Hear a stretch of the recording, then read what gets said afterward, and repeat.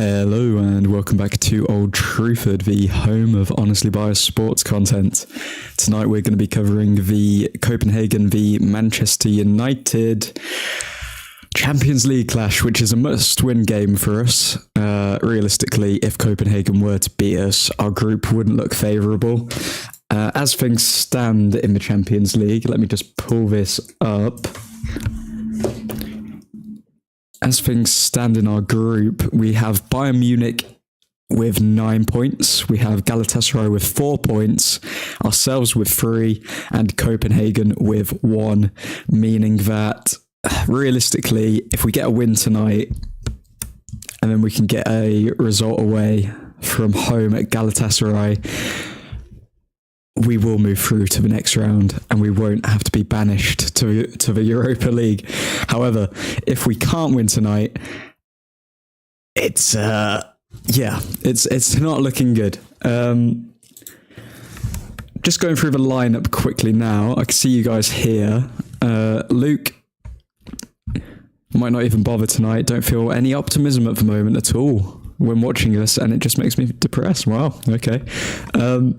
Well, to be honest, Luke, I thought, this is a bit of a controversial opinion apparently, but I thought the performance against Fulham was actually improved. It wasn't good enough, clearly, but I thought it was an improved performance. We controlled the first half. There haven't been that many games this season where we've had more possession than our opponents, and in that first half, we completely dominated the ball against Fulham. I thought we were okay. In all honesty, so I'm quite looking forward to the match tonight. Suhan, yo, what's good? How you doing, Suhan? Albert, lads, do I watch the match or Maths UK? I'm not even going to entertain that, Albert. I'm not going to entertain that. Just going through the lineup quickly as well. So we've got Onana in goal, Evans and Maguire at centre-back. A lot of people very confused as to why Varane didn't start over Evans. Ten Hag's mentioned it a bunch of times in his post-match press conferences and post-match interviews.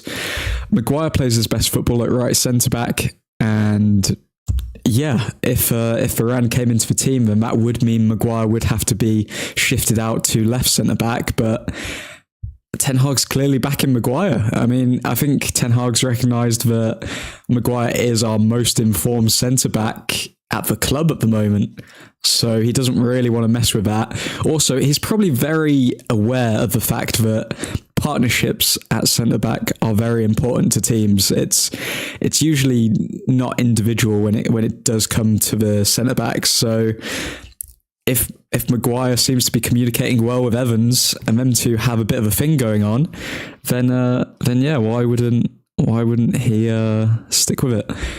At right back, we've got Aaron Wan-Bissaka.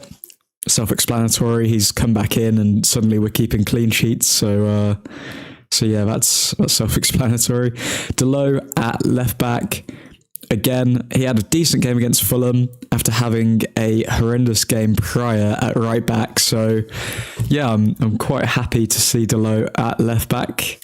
And we don't really have many other options. We've got Sergio, but even though I was a big fan of him when he originally came, he hasn't really impressed in the past few games. I don't know if he's coming to terms with the injury that he picked up. But yeah, Delot at left back. Then for the midfield three, we have Eriksen, McTominay and Fernandes, which again brings great balance. I was very happy to see Eriksen at the bottom of the midfield rather than McTominay, because realistically, against sides like Fulham, against sides like Copenhagen, we should be having the majority of the possession. And if we've got the majority of the possession, then there's no one better than Christian Eriksen to have at the back to spray those long balls left and right and just keep things ticking, really. It also allows Bruno Fernandes to get further forward rather than having to come back deeper to then spread the ball out himself. So yeah, very happy with seeing Eriksen at the back there. And McTominay keeps his place in the side ahead of Mason Mount, which yeah, is also very interesting. Up front, we have Rashford, Højlund, and Garnacho. I've personally put Garnacho on the right. It's a bit of a 50-50 call. I can see Ten Hag going with Rashford on the right rather than Garnacho because Rashford has played on the right before. But if he is playing Rashford on the right and Garnacho on the left, that's a telling sign for Marcus Rashford to wake up because if Ten Hag's picking an 18, 19-year-old over you in your preferred position on the left-hand side, then yeah, he does need to wake up tonight. And yeah, Højlund up front, playing against his former team. Didn't really have that good of a game against them at Old Trafford, so hopefully he can turn up tonight. Let's see what you're saying, guys. Luke, we are awful. Get picked apart way too much. No consistency, and it's not good enough. We shouldn't be scraping a 1-0 against Fulham with that team. Yeah, I'd agree, but the problem is when we say that team, we've seen so many different teams this season with so many different players that the chemistry just hasn't been able to build at all, which is why I'm very happy with Ten Hag sticking with the same midfield and same back line for this match and not bringing in Varane, because the more we see the same players, the more likely we will play better football because everyone will get used to how each other move. And people will say, oh yeah, we should have a style of play though. Well, if a certain player can't adapt the same principles as another player, then all it takes is one player to be out of sync with the rest of them, and the style of play is out the window. So, fingers crossed that we can actually see some decent foosball tonight. So yeah, I was shocked not to see Pellistri at right wing though. I understand Ten Hag trying to get Rashford in form and he doesn't feel as though he can drop Garnacho now maybe, but Pellistri did pick up an assist, so I was a bit disappointed not to see him get to make a start tonight. Eshaw, I feel like Mount was not an Erik Ten Hag signing. I think it was a club signing. All the reports would suggest otherwise. Throughout the summer, all the reports were literally saying Ten Hag wants Mount. He doesn't want to move on to anyone else before Mount. He's definitely a big fan of Mason Mount. Suhan, another Bruno masterclass incoming. That's what we like to hear, man. That's what we like to hear. Sarah, it's got to be a sure one by now, right? I hope so. It's got to be a sure one. Albert, I can't stand the heartache, lads. Oh, don't worry, Albert. It's going to be a good night tonight. Luke, Delo is awful. Was at the game last week against Newcastle and I've never seen a fullback as bad in my life. Genuinely believe Darmian was better. Delo had a decent game against Fulham at left back. I'm just hoping he can stay in that form because, yeah, against Newcastle, against Galatasaray, Delo, to be honest, I've still got a question mark around him. Can he be in a squad that wins a Premier League, a Champions League? Maybe. That's the question mark. Will he ever be a starting player in one of those teams? Absolutely not.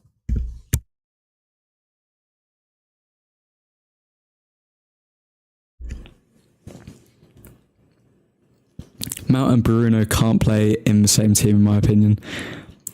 I think I agree with you to an extent. I think we need a very particular type of player in order to allow them to play in the same team together. So this is going to sound a bit unrealistic, but if we did have a Kante-esque player who was covering a lot of ground in midfield rather than an anchor that Casemiro is, who kind of just sits and then makes the plays a lot further back, but a player who had more energy, I reckon we could see Mount and Bruno in the same team. But the question is, Kante's a generational talent. How do you find a player like him? And who is that? Luke, Rashford on the right tonight as well. Is Ten Hag on drugs? On what planet can Rashford play on the right? There is an argument. I was against Rashford playing on the right last season, in all honesty. I was very against it because we know that his attacking output in terms of goals like reduces by about 60% if he goes onto the right hand side. However, he has been finding Højlund on the right hand side, and his crosses do look pretty decent from the right hand side. So maybe that's Ten Hag's idea to actually have someone in there who can feed in Højlund. Any money, Onana makes some big saves tonight. Any money, Albert. Local noob, but popcorn is out tonight again. Good to hear, man. Sarah, whoop whoop. Admin's got a pizza on the go, says Albert. No, nothing but lean steaks. Charlie, hey admin, gotta say I love the video you put out yesterday. Keep calling out bad United fans and we're with you all the way. Appreciate that, man. I definitely need to work on the speed at which I produce videos, but I'm quite happy with that. I'm quite happy with how the first video's gone. It's outright the most viewed video on the channel now, so hopefully I can create many more, and yeah, we will hold these people to account rather than just letting them I don't know, talk shiz and just make it BS about players. Imagine being a fan of a club and you actually have players from the club you support have to come out and say you're literally spreading rumors about me. Like, surely people have to question what makes a fan at that point. But yeah, no, very very happy you enjoyed the video, man. Appreciate the view and appreciate everyone who did watch that video.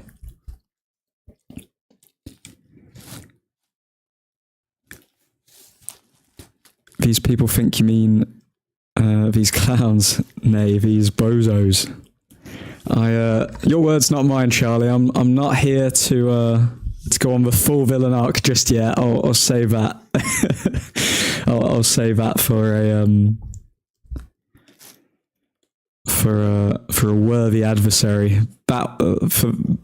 For Fad or whatever his name is. I don't know what he was talking about. Luke.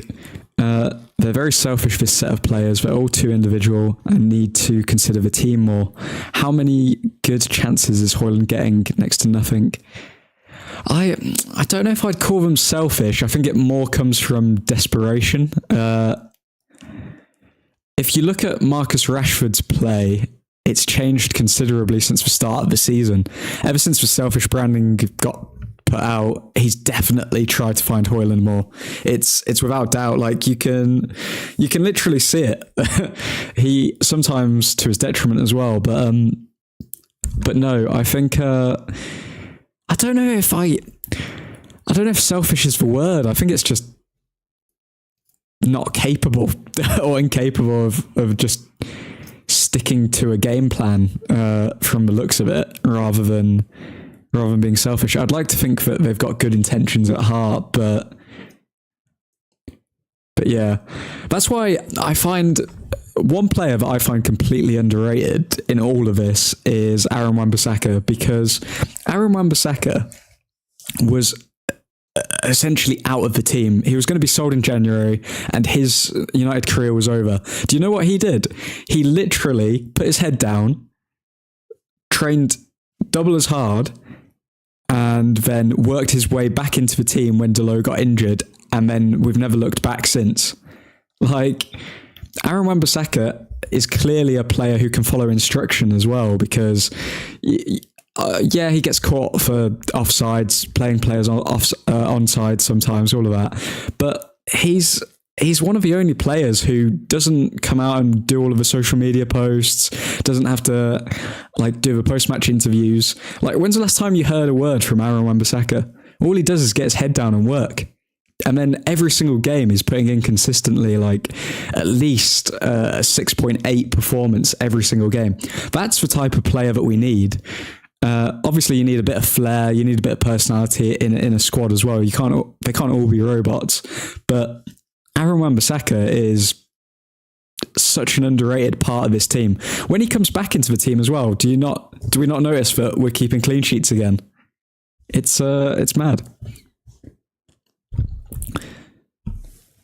Sarah, thumbs up. Luke, Paul Scholes once said you've got to get the ball to your strikers as quickly as possible because they're your best players and they're the ones who can win you football matches.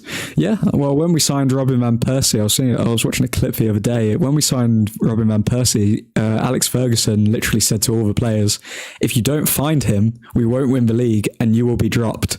So that shows the importance of the striker within a team, but yeah, maybe Ten Hag's going down that route with playing Rashford at right wing, even though it's not his preferred position. He's telling him, you need to find Højlund, perhaps. Charlie, damn, less of a villain arc and more of an Arthur clenched fist meme moment. Yeah, I'm starting off small.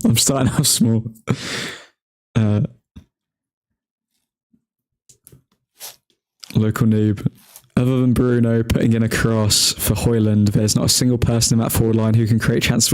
Oh, come on, local noob. If you look... Okay, so how many goals has Højlund scored? Like 3? I think 66% of his goals then have come from Rashford assists. So, come on, man. No one gives him credit. No one will give him the credit. Yeah, he's had an underwhelming start to the season, but come on, let's look at the facts. Rashford and Højlund, well, particularly Rashford playing in Højlund, seems to be working out. It's just not working out as quickly as we'd like and as frequently as we'd like, but no one else is finding Højlund. I'd like to see a McTominay-Højlund link up because I think their plays would actually quite complement each other.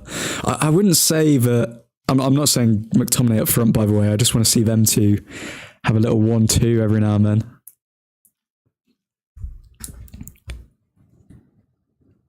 The only other in the team is Eriksen from deep. Well, Eriksen and Fernandes are definitely our most creative players, but come on, like Rashford's been supplying Højlund. Luke Taylor, spot on. Luke, Aaron Wan-Bissaka is a model footballer. That's the players you want playing for your football club. Absolutely, man.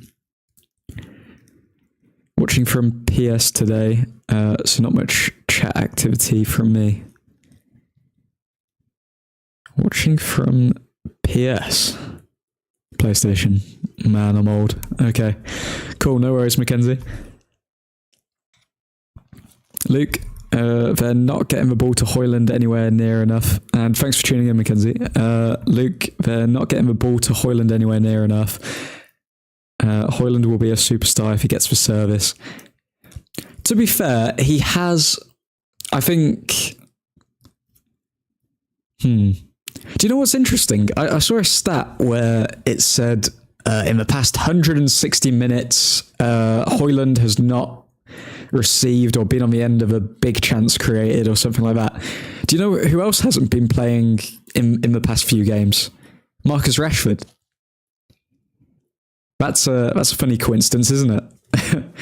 So the Newcastle game, Marcus Rashford obviously came off the bench, and yeah, didn't play against Fulham, but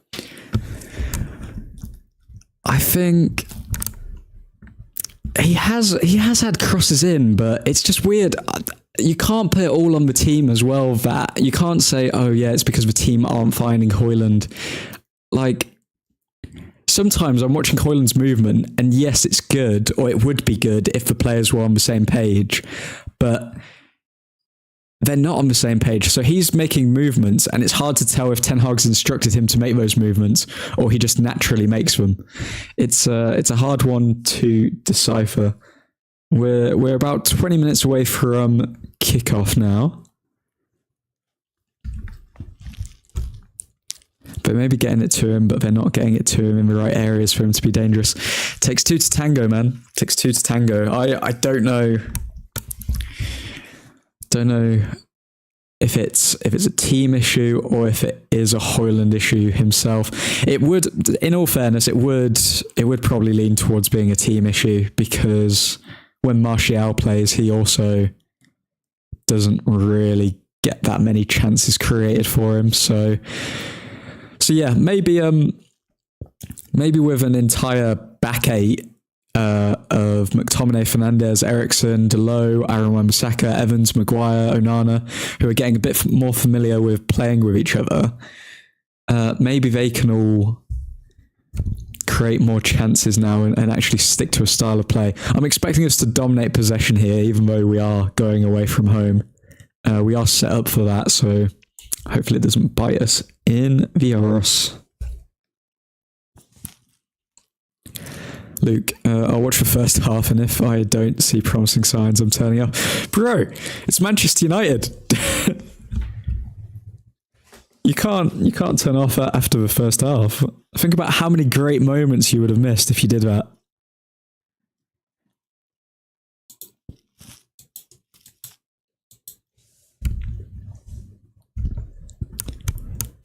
All right, Gary. It's Manchester United we're talking about.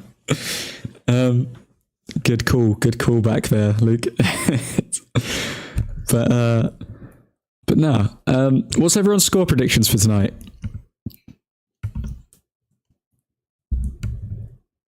And how confident are we actually feeling?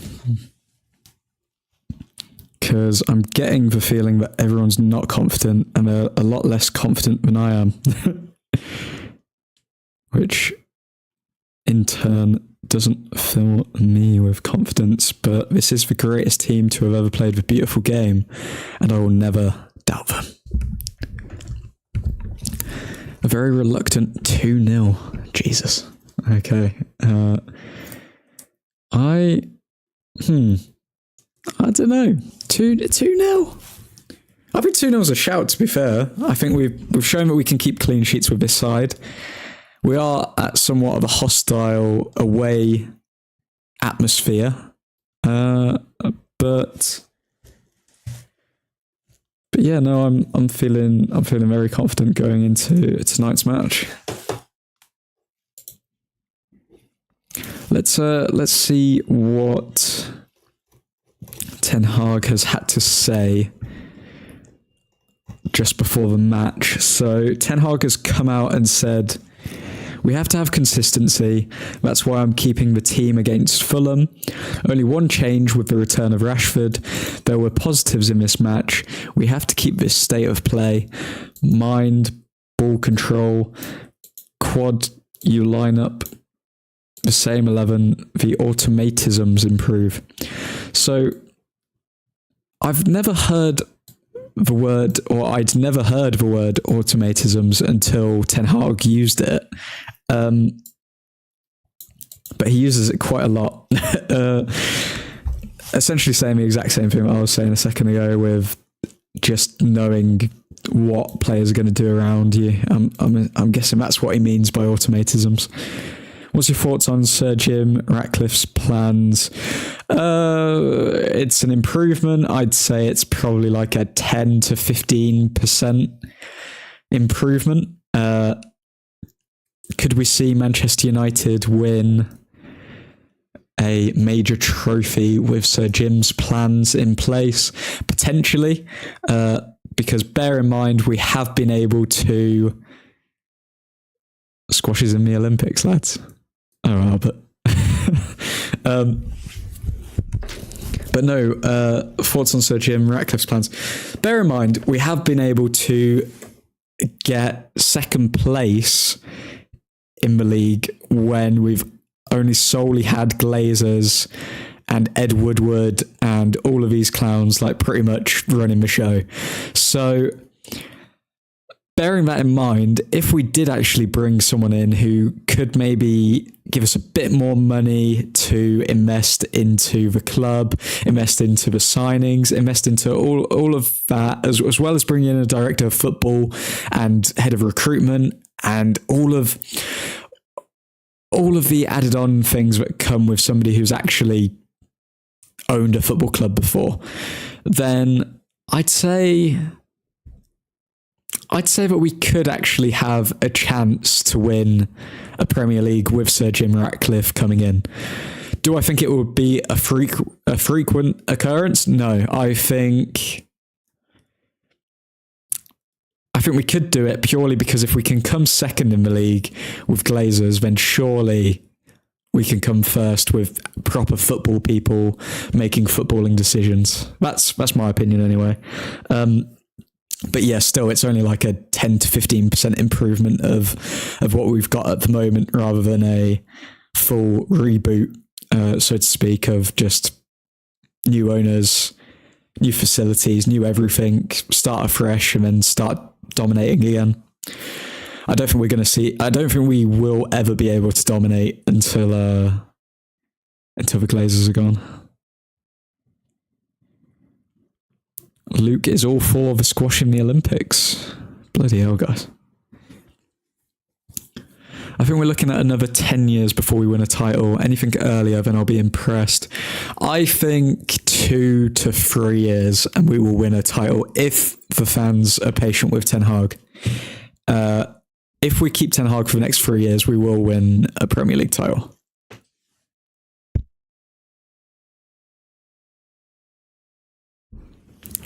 And the reason for that is what many people didn't really factor in to our summer transfer window was that even if the players that Erik Ten Hag signed this summer transfer window don't become first team starters, which if you look at it, two of them have instantly become first team starters. So Højlund and Onana. Mount is still a question mark on whether he'll be a squad player or if he will, in fact, become a main man in the future. The fact that he was given the number 7 shirt would indicate that he's in Ten Hag's plans to start for in his ideal Premier League winning side, But yeah, I think last summer it was more of like a squad revamp than it was big name player straight into the starting lineup, big name player. I think depending on how much Sir Jim brings to the club when it comes to funding on top of what they already have, 2 to 3 seasons. Think of it this way. Let's have a look. My maths is terrible. It's like 6 to 8 transfer windows or something like that.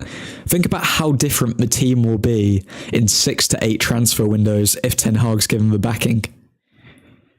Like, Ten Hag has his ideas, has his principles on how to play, but it all depends on if he's backed with recruitment.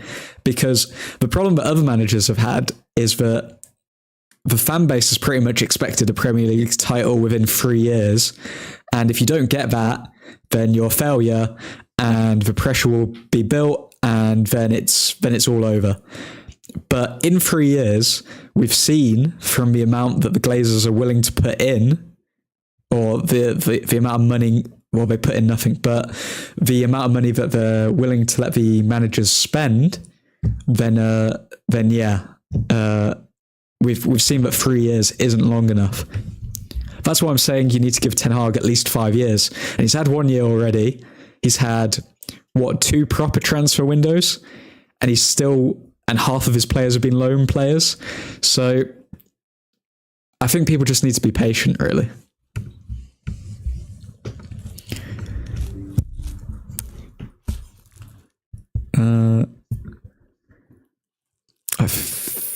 Mackenzie, at least 5 years until we win a Premier League. 2 to 3 is very optimistic.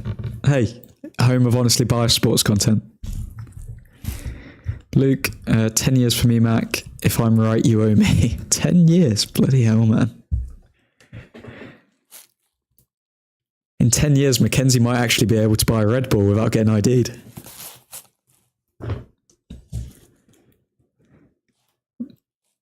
To be fair, you say imagine how different the team will be, but we had Sir Alex Ferguson players in the team until the start of this season, and even then we went and signed one back. Well, that's the thing. That's the thing. It's entirely dependent on the freedom, the backing, the support that Ten Hag gets. Because if in 3 years' time we're still looking at players from, I don't know, do we even have any players from the Van Gaal era? I think we do. Martial's from the Van Gaal era. Like, what the hell? If we still have these types of players in the squad, then, like, of course we're probably not going to be able to dominate or challenge for the Premier League. But if we just cleanse the squad of all of these failed like island of misfit toy players that we've got, I'm not naming any names, Diogo Dalot, but he's definitely someone I'm looking at. Then I think we can do it. And I'm hoping a director of football, new head of recruitment, sporting director, all of this stuff will be the factor and will be the catalyst that speeds it up. And I think that's what the reports were saying with Sir Jim Ratcliffe as well. He does think that Ten Hag is the right man for the job. He just needs the right backing. So it's entirely up to the management, up to the Glazers, if we become a Premier League winning team. And then when better to sell the club?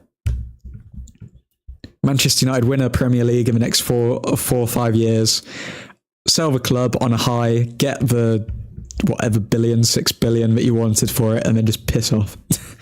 Hopefully. So Ten Hag also had this to say going into the match. They will play with intensity because they are pushed by their audience. They were well organised in this match. We did not play our best game, but we still deserve to win. Today, you have to play better and win. So talking about our previous match with Copenhagen where we won 1-0. Did we win 1-0? Is my memory failing me? I feel like we won 1-0. Sorry guys, I'm a bit sick at the moment, so I don't know if... Let's go with that. We won 1-0. Erik Ten Hag, the atmosphere, we're used to it. When you play Fulham, Burnley, the crowd is always loud, and against Manchester United, we're used to it. It's in our DNA. Mackenzie, if we win a Prem, they are definitely going to try and sell for $10 billion. $10 billion. Yeah, they will probably ask for that in reality. And me saying $6 billion is lowballing what they're going to go for. Callie, up the Red Devils. What's up, Truthfordians? How's it going, Callie? Mackenzie and Callie, get your score predictions in the chat as well. I want to see what you guys are thinking for tonight's match. I'm feeling fairly confident. Luke's gone with a reluctant 2-0. Don't know why he's so reluctant. But then he also thinks that we're not going to win a Premier League for 10 years. So who knows? Who knows? Ten Hag on what United should do. Try to dictate, but at least control by defending and attacking as a team. We have confidence in this team. They did very well on Saturday. They fought together. I know they can still do better in terms of possession. Okay, so I know they can still do better in terms of possession. Looks like we are set up to hold the majority of possession tonight, as mentioned earlier as well, with Christian Eriksen being at the base of that midfield. So we'll be able to see quite early on how the game plan's going based on how much possession we are able to keep up. Mackenzie, I predicted 3-1 on the United app, but now I'm feeling a 2-0. Okay, 2-0's going around the air tonight. Diego, Truthfordians, how you doing, Diego? How's it going, man? What? And Diego also went with a 3-1 on the United app. Bloody hell. Callie, 3-1. Okay, 3-1, 2-0. We're seeing a 2-goal difference. I'm hoping you guys are right.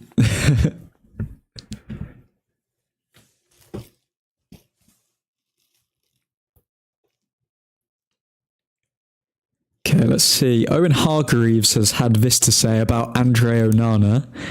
After Andre Onana's save at Old Trafford, we felt it was a turning point. But for it to be a turning point, they need to win tonight. They need a great performance to kick off their season. They absolutely have to win tonight. They have to get the job done. And it's true.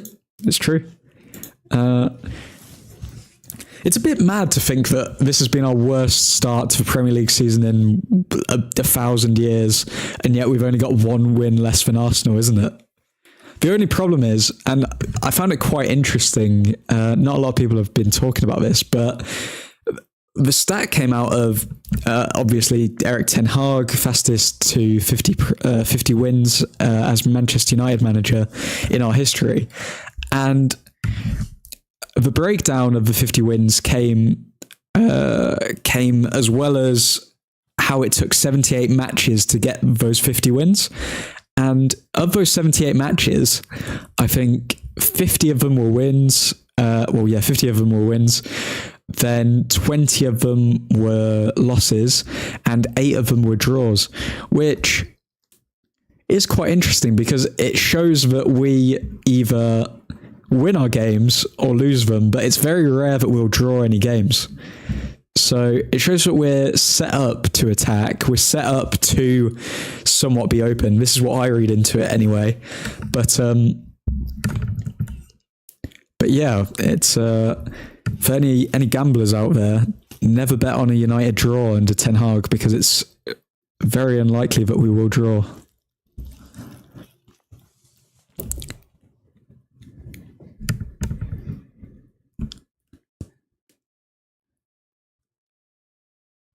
Mackenzie, I'm hoping we don't concede, to be honest, because a bit embarrassing conceding to a Norwegian team. Oh, I don't know. These players like to embarrass us. But then that's why you stay tuned in until the last 15 minutes, because they redeem themselves. Play like you mean it. Is this the team that has Rooney, Bargy, or however it's spelt? Huh? 6 points behind the best gunner team in generations. You know what? I'm thinking about doing my next proper produced video on why Erik ten Hag will outlast Mikel Arteta, which some people will think that I'm crazy for, but I think I can make a strong case for why he will. And I actually believe that he will.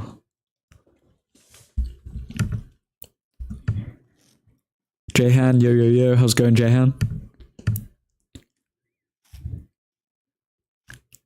Callie, they're Danish, Mackenzie, same thing, different colour. Jehan, lol. 1-1. Bro, draws. No draws are here. Diego, Jehan, you better say that's the halftime score. If anything, before United go on to win 3-1. Diego, you just get it, man. You just get it. Jehan, I hope. Calum, Jesus, the sign up saying your theatre of nightmares. Oh, wait until Marcus Rashford does his finger to his head celebration. Just wait for it. It's coming. And then these bloody Danish fans are going to wake up in cold sweats just seeing Marcus Rashford with his finger to his head. Can't penetrate that psyche, baby. Unless you're a United channel. You sure can't criticise Rashford this game? He might call you out as well. We all know what was going on there. You sure it wasn't criticism. It was saying Marcus Rashford didn't want to play for Manchester United. It was such BS. But nobody ever calls him out for this shit. Mackenzie, Rooney Bargy is apparently a very good young player. He's 19 and apparently the next big thing. Okay.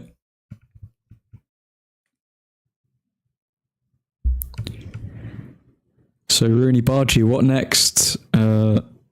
Skulls Jalabi?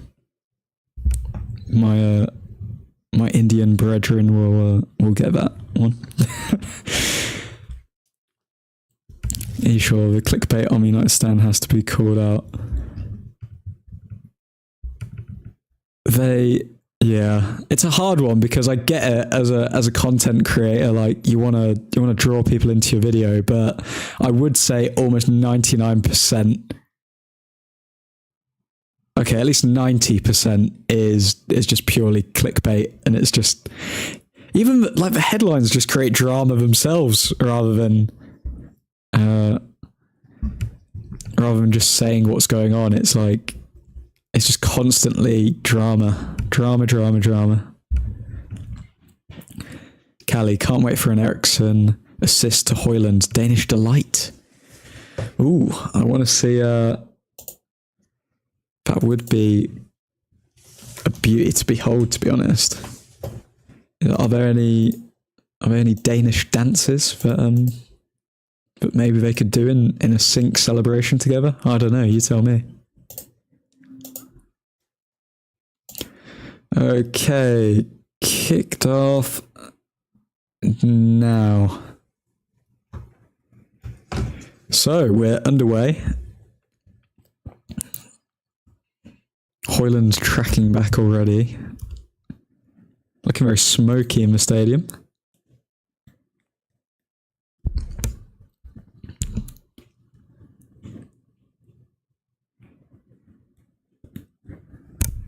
Rooney Bargy better than Anthony. Honestly, I like Anthony, but he annoys me. Everyone's turned on Anthony rapidly.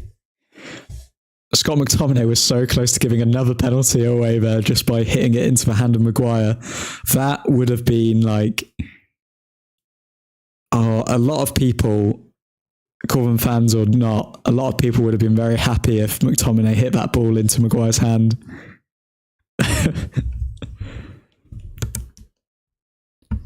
Ilmi, hello, man from the future, who is not going to ruin the goals for us tonight. Are you, Ilmi? Not going to ruin any goals. Mackenzie, that Bargy is very good on Football Manager. That's the only reason I know him. Is he playing tonight? And what position is he, just so I can look out for him?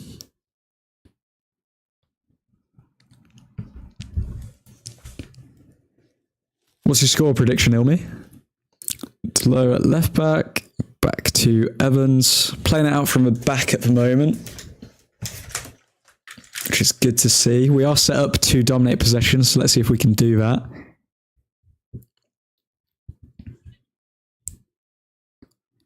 Bruno Fernandes playing on the left-hand side of midfield again, which Mackenzie will be happy to see. As he has mentioned, Bruno does perform better on the left-hand side.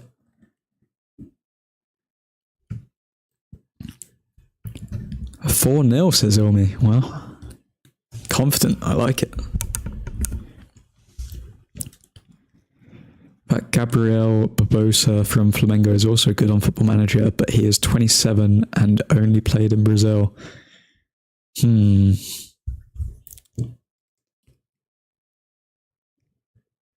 gonna lie, I still haven't recovered over us not signing Julian Alvarez after Ranić wanted to sign him in January, but the team wouldn't let him have it. Bruno out wide to Rashford. It's gonna good touch, Rashford. Rashford finds Wan-Bissaka down the right wing. Wan-Bissaka dances around him and finds McTominay. Wan-Bissaka's so good. And Højlund scored. Boom. 1-0 already. 3 minutes in. Boom. All from Wan-Bissaka. Wan-Bissaka is so good. But a good play from Rashford as well, finding Wan-Bissaka there. And then Scott McTominay making the run as well. This team is clicking now. And we are back. 1-0. Let's go. What a goal, man. I'm not going to scream too much because I'm a bit sick at the moment. So, yeah, I don't want to lose my voice. Wan-Bissaka, man. That was beautiful. Little dribble. No look past McTominay. Oh, McTominay with the run forward. Beautiful in the box. And I was saying beforehand I wanted to see that McTominay-Højlund link up. We've just seen it. Boom.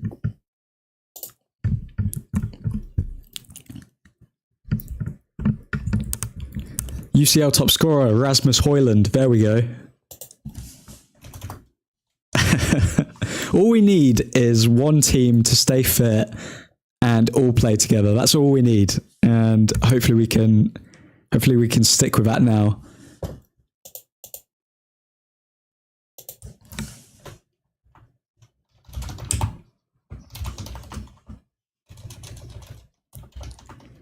Okay, let's sort out this title.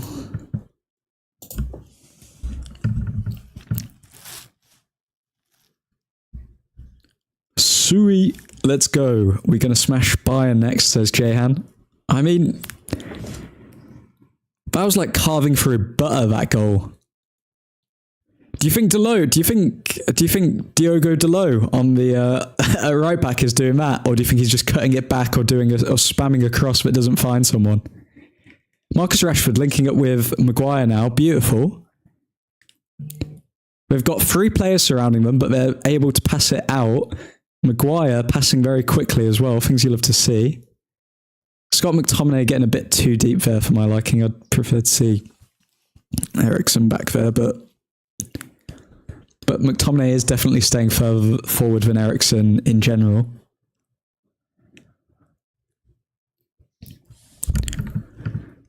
This is what Højlund needs, crosses into the box. Aaron Wan-Bissaka, always be my favourite. Sean McKenzie. Højlund showing why he's a diamond in the rough there. Tries to spread the play to Wan-Bissaka, but gives the ball away to Copenhagen.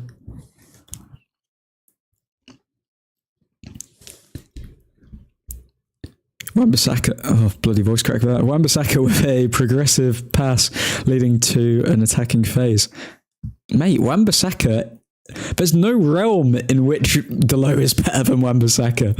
It's oh yeah, but people, I swear, people just got on the Dalot train because he hung around with Cristiano Ronaldo. Does anyone know about the halo effect where like, oh, if you hang around with, where supposedly if you hang around with more attractive people, then you look more attractive as well.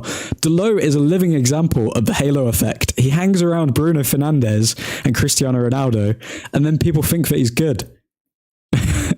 I don't want to slate Dalot too much because he hasn't done too much wrong this game, but don't put him in the same conversation as Wan-Bissaka.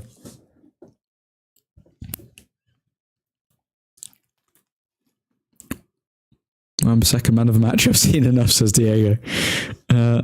Aaron's looking slick.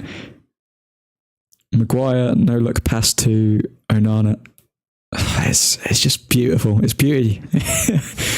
Oh, this is Manchester United. Classy Maguire. Wow, different gravy, Jacob Parry is. Well, we hang around with you and we are beautiful princesses.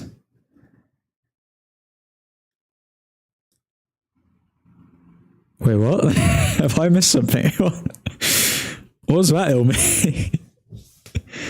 Okay, Wan-Bissaka finds Eriksen again. More progressive passes forward. Dalot never does this. Now we're just passing it around the back. Yeah, but we're passing it around the back quickly, Mackenzie. Fear not, fear not. Aha, the Dalot effect. Oh, okay, I see what you mean, Ilmi.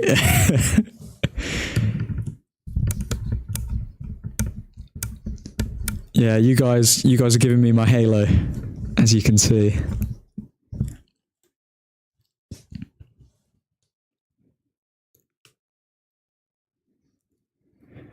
Okay, Copenhagen have it, passing out of the back.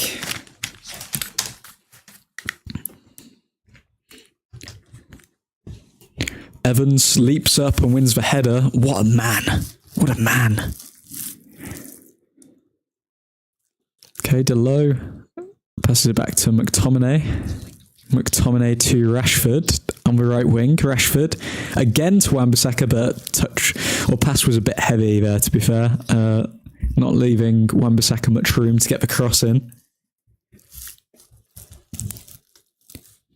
We are actually playing good for the first time this season, says Ilmi.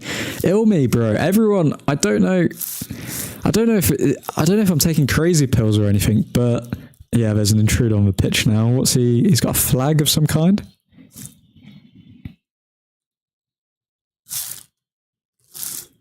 don't know what he had. The camera's not showing him because they never do. But no, people were calling me crazy. I don't know what Kool-Aid you guys have been drinking, but we played well against Fulham. Like, this was coming tonight. Like, we played well there, and we've seen a similar team, but we've added Marcus Rashford in. So the quality was always there, and the indicators were there as well to say that we were going to have a good match tonight. But this is where it comes down to two people in particular. Well, three people. Can Maguire not make a mistake, and can he show that he's kept this form and he's here to stay? Can Onana not make a mistake and show that he's here to stay? And can Delo not get absolutely skinned?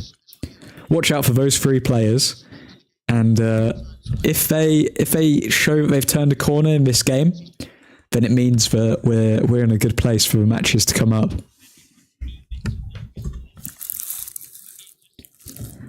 It is only Copenhagen, to be fair though. Yeah, that's true, but it's true, it is weak opposition, but you can only beat the team in front of you, and to score in the first 5 minutes against any team is pretty impressive. Blaze, well. Welcome, Blaze. How you doing, man? I would ask what your score prediction is, but it looks as though the domination has already begun. Okay, Delo finds Garnacho down the left wing. Garnacho finds Fernandez, who was trying to play back to Eriksson/Garnacho but couldn't find him.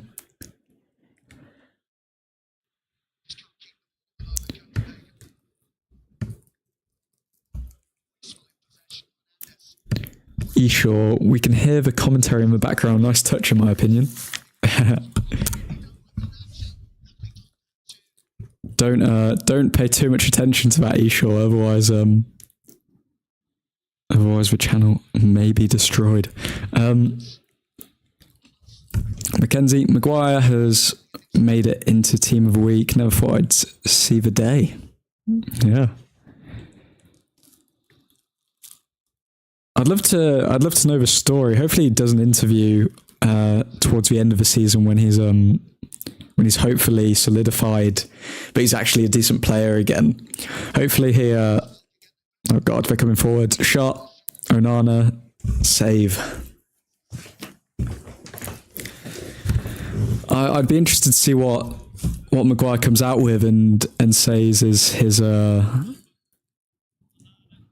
or was his inspiration, or how he's come back from this. Because there has definitely been a change in mentality. Yep, Evans is down on one knee. Looks as though he's going to propose to the referee. That rhymed.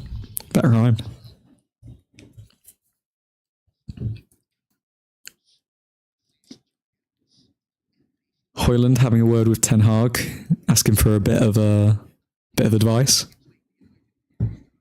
It's an interesting one, that, from Højlund, because usually it's very often that we call the players over to give them instructions, but you rarely see a player going to the manager mid-game and asking for advice.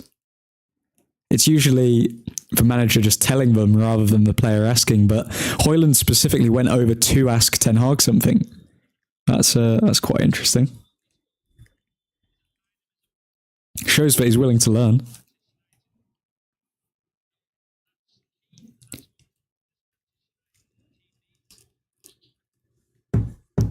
Do you think Fulham will beat Copenhagen? Good question. I'll answer that at the end of the match.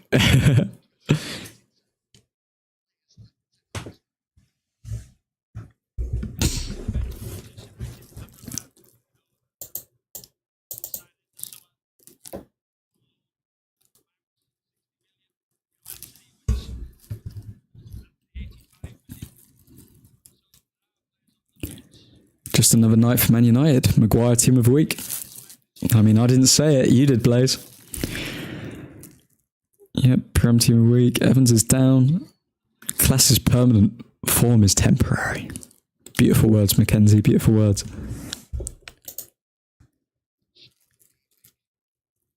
Maguire is a classy man. Evans down and commentator mentioned something about heart problems. Bloody hell. Oh my god, we've got paramedics on the pitch. What's going on here? Okay, well, Varane's coming in.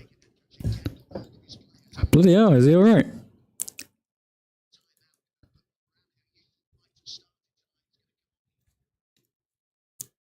Diego, do people not realise how wonderfully bliss it is to watch an attack down our right wing with Wan-Bissaka deputising there?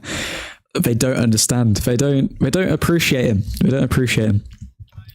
Funnily enough, when I was doing Player of the Month votes and everything, Wan-Bissaka won ours for, I think it was for September, if not August. And surprise, our Player of the Month returns back into the team and suddenly we can keep clean sheets, or the defence looks a bit more shored up.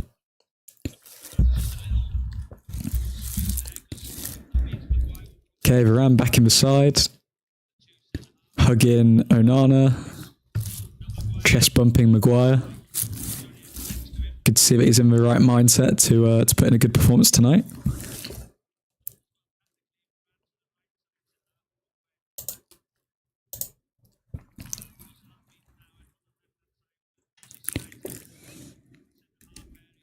Do not want to see another heart attack on the pitch. Yeah, if we can avoid that, that'd be great. Varane is coming on. Rolls Royce Rafa Varane. Anyone else noticed the massive spike of heart attacks on the pitch since? I can't say that word because I don't think YouTube likes it. Yeah, a football YouTuber that I quite like or did like, he's not really posting anymore. He kind of just posts randomly, but he highlighted the amount of heart attacks in relation to the virus as well. It's not a coincidence, is it? If we're being honest, guys, I don't want to put my tinfoil hat on, but it's not a coincidence. However, you could also argue that the amount of games that players are having to play could also impact it. So it's hard to definitively say if it is due to the virus or not, Mackenzie. Okay, Delos speaking to the officials. Evans having heart palpitations or something. Bloody hell, man. He was looking good as well. He was looking very composed on the ball. Hopefully Evans is all right.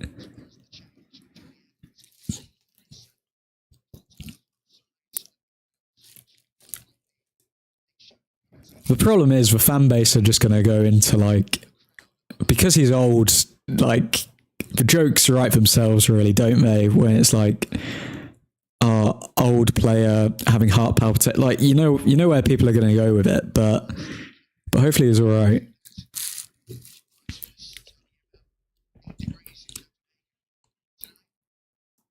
Callie Evans having something with his hammies. Something with his hammies and his heart. I'm going to just listen to commentary for a sec.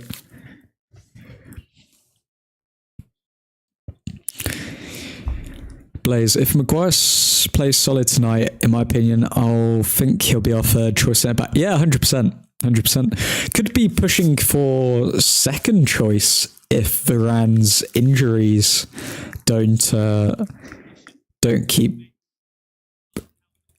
Well, if they do keep happening, if Varane keeps getting injured, then I'd say Maguire's second choice, based on the fact of, even though Maguire has less quality than Varane, if Maguire can get into a run of good form, so that means playing multiple games in a row, then on form Maguire could be better than 4-game patchy, 3-game injury Varane, in my opinion. So you could make an argument that he's second choice. Also, with Maguire, it's quite interesting because Ten Hag's playing him at right centre-back when Evans plays. So it looks like we're about to kick off again now. I'm sure there'll be plenty of added time on for that. Interesting thing with Maguire is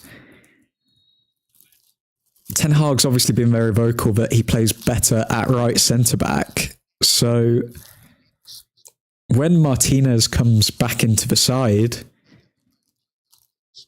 with everyone fit, we could be looking at a Maguire-Martinez centre-back partnership.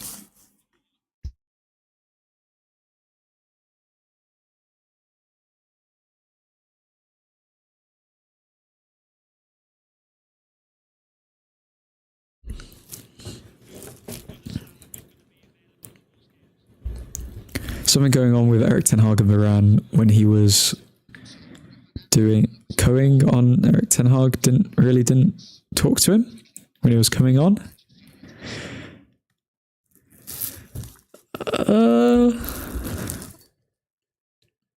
don't know. I'd be surprised. Well, if I was Varane, I'd be naturally a bit disappointed that I'd essentially been benched for Johnny Evans.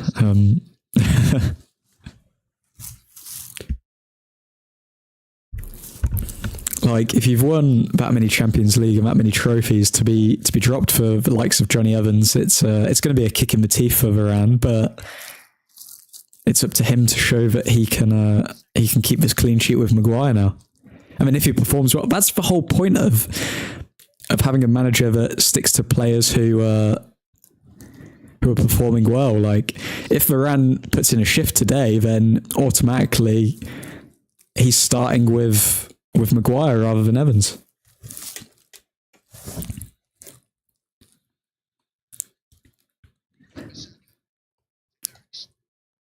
Ilmi, they probably have to check if Evans is not dying before they start. Yeah. Yeah, you've got to... Garnacho looked like he was fouled there, but the referee tells him to get up. As the commentators of my country, they are not telling anything. We're going to have 10 plus mins added to first half now. What's happening? Now, this is real serious. I think it was a fan under distress, maybe. No one knows what's going on, but apparently I think he's getting treatment. Mackenzie, game started again, bit confused now. And we resume. Just realised I'm in front of admin for once. Let's see if I can stay in front this time. Oh no. Okay, we've got Delo down the left wing to Garnacho. Garnacho with a cheeky turn, and he maintains possession of the ball.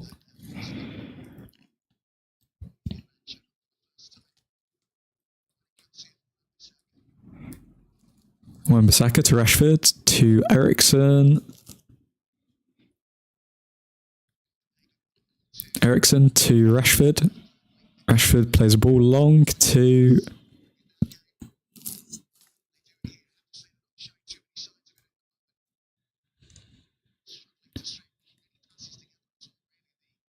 Doesn't really find anyone there. My turn to spoil, and a little yellow man dabbing. Oh God. There's a special place in hell for people like you, Mackenzie. Ilmi, don't know why I'm more like the pairing of Maguire-Evans than Maguire-Varane. It's because they complement each other, I think. It's funny though, because Maguire and Evans, from my perspective, look like two very similar players. So maybe they're just on the same wavelength. You've also not got the language barrier. Yeah.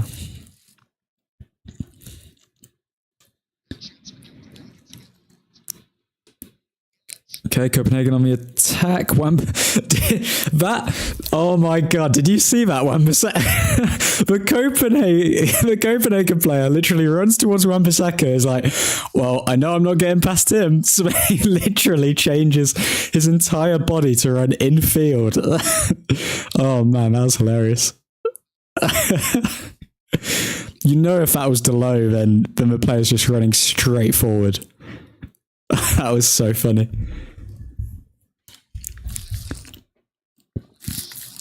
Okay, Copenhagen coming forward. Oh my God, that was close. That cross.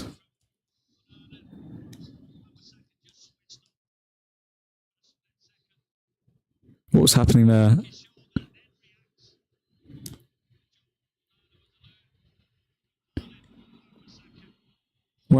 So Onana came out, preventing the cross from meeting the Copenhagen player, which was great. Wan-Bissaka was a bit far behind, but it was a weird cross. It didn't look as though it was actually going to get to the player, but it did.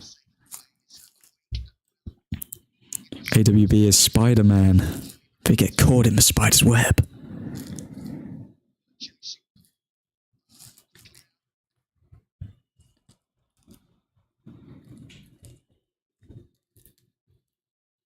Okay, not Wan-Bissaka, Fernandez battling in the midfield.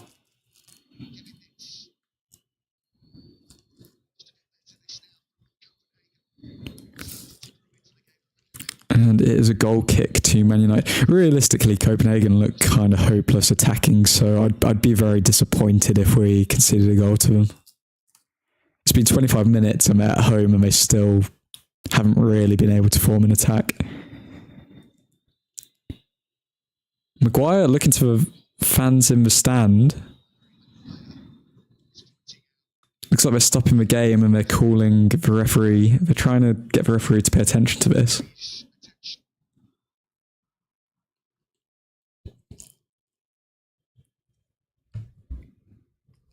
There was a fan having a heart attack in stands, but he's fine now, commentator just said, Mackenzie. What is going on?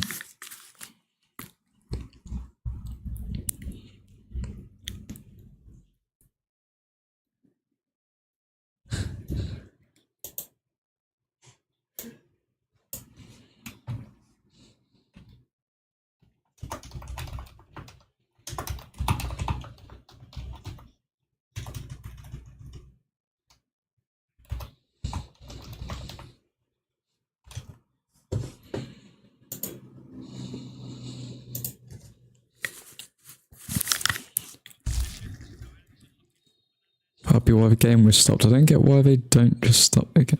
How many people are having heart palpitations in that stadium at the moment? Bloody hell.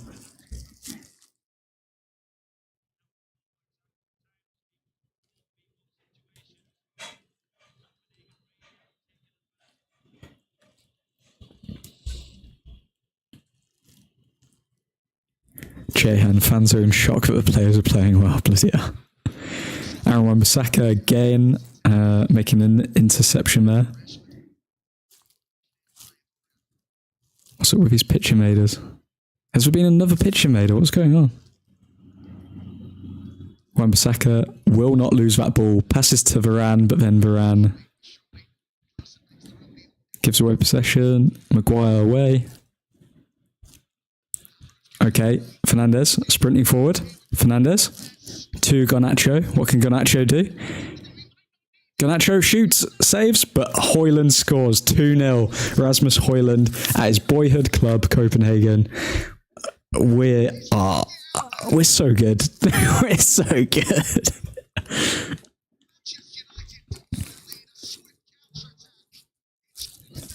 Oh my god.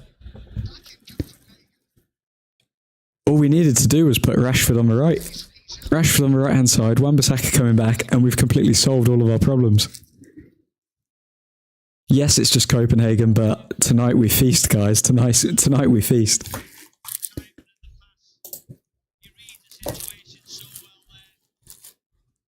Good pass from Fernandez to find Garnacho. Garnacho really should have done better with the finish, but thank goodness we had a pacey striker. If that was Weghorst, we don't score that goal. The fact that Højlund could keep up with Garnacho's pace when he took that shot on created that entire goal, and he didn't give up when he was running forward. Beautiful from Højlund.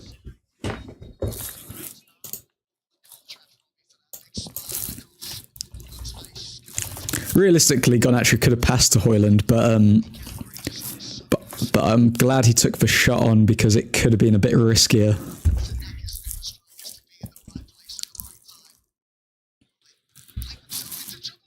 Oh my god, what just happened there? Højlund had a shot. Was it saved or did it hit the crossbar?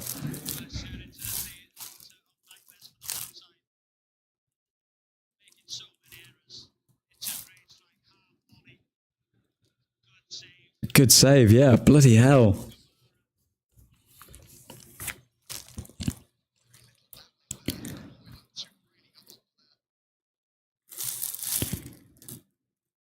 Okay, Fernandez corner. Maguire? Oh. Could have made it even sweeter, Harry. Why? Oh, man. UCL top scorer. Rasmus Højlund.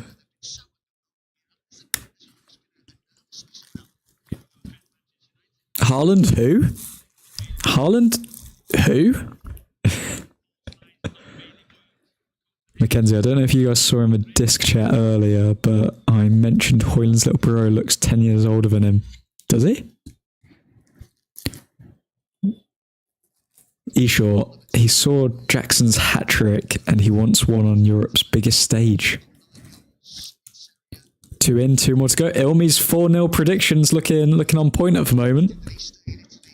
It does look as though there's more goals in this game. I mean, when we put our passes together, we're literally just carving through Copenhagen whenever we want. It's a shame that we couldn't do this at home for the home fans, but we can do it away. So those away fans are being treated right now. Wan-Bissaka again. Oh, played it to McTominay, but McTominay's pass was a bit loose to Rashford. Goes up for a throw-in.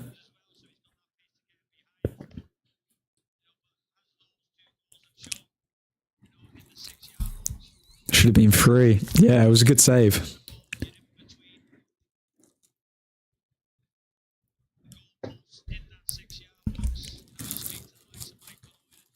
Their goalkeeper's class. They only got a time machine.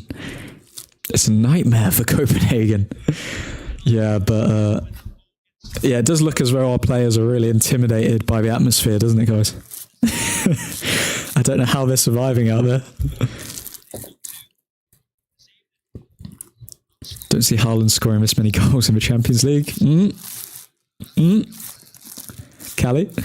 I should have captained Højlund instead of bloody Kane in the fantasy team. Callie, I made the same mistake. That pass, Wan-Bissaka. Oof. Beautiful, Diego. It's beautiful. Rasmus is our Mr. Champions League, and Scott is Mr. Prem, apparently. Yeah, from the looks of it. Ilmi, but do you notice also one thing? This formation is working better without Anthony. Yeah. I'd say the two. I think Rashford has given Wan-Bissaka the opportunity to get forward.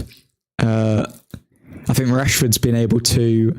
We haven't really seen too many crosses from Rashford because Rashford's going a bit deeper. We haven't really seen Rashford. We haven't seen Rashford properly get an opportunity to just run into space. But Rashford's defended well, which has allowed Wan-Bissaka to get forward this game. Rashford not looking as good on the right though.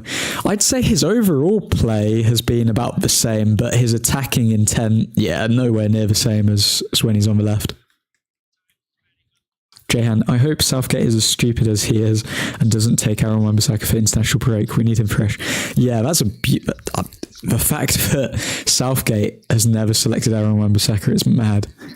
It's not even have him in the squad when you know that nobody's getting past him. Like, and the whole point of international football is having a squad with players who have different attributes. He's a very silly boy, Southgate. Did that just go out for a corner? Delo's clearance goes out for either a corner or a throw-in our final third.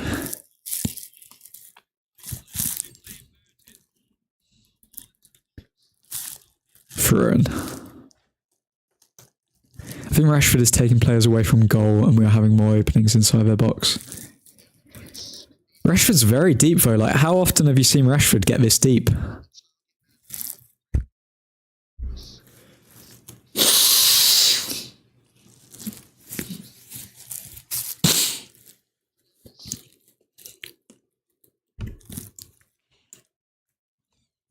Okay, Rashford getting further forward.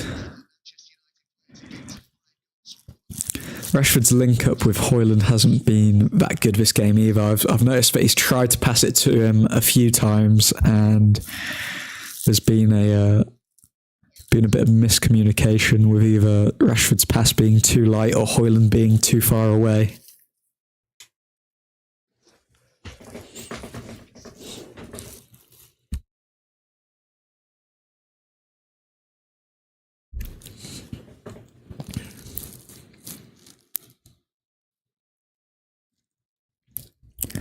Okay, Copenhagen playing it out from the back. And let's see what the stats are saying, because I did say if we dominate the possession this game, then everything will be going to plan. And will you just take a look at this? Here are the stats. Shots, 5, Manchester United. 1 shot, Copenhagen. Shots on target, 5, 1. So we've had 4 more shots on target, but most importantly, possession. Erik ten Hag in the pre-match interview mentioned that we're set up for possession. Had we had less possession than Copenhagen at home, then it would have been a clear indicator that the game plan is not going as it should. However, we can clearly see more possession, more shots, everything's going just as it should. Also, what I'm happy with is the pass accuracy. Copenhagen aren't exactly pressuring us, and again, they're not the best side, but 89% is a lot higher than what it has been in almost all of our previous games this season. So that alone, I think that's an indicator of how the team is actually gelling together, and what having the same players in a consistent 11 over time can do. All of these stats will naturally increase because players know where other players are going to be, whereas you put a whole different player into the team and then everyone else has to get used to it. So yeah, very happy with that.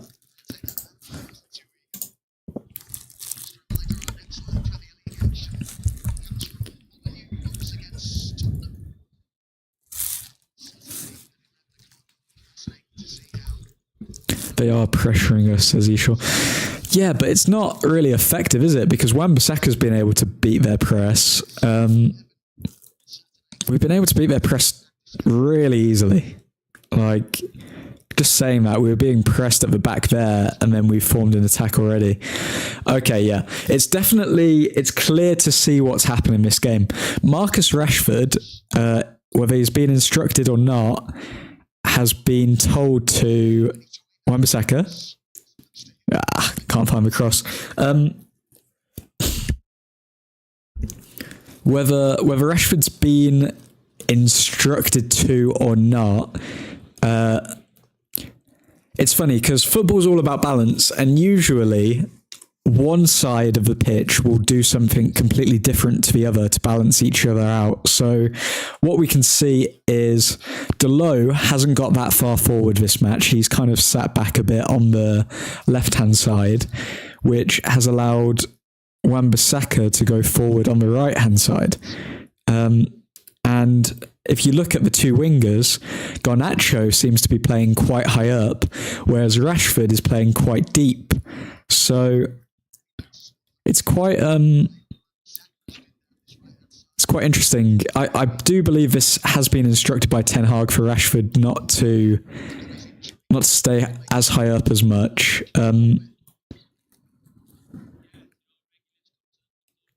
Because it looks as though defense is more on Rashford's mind than attack.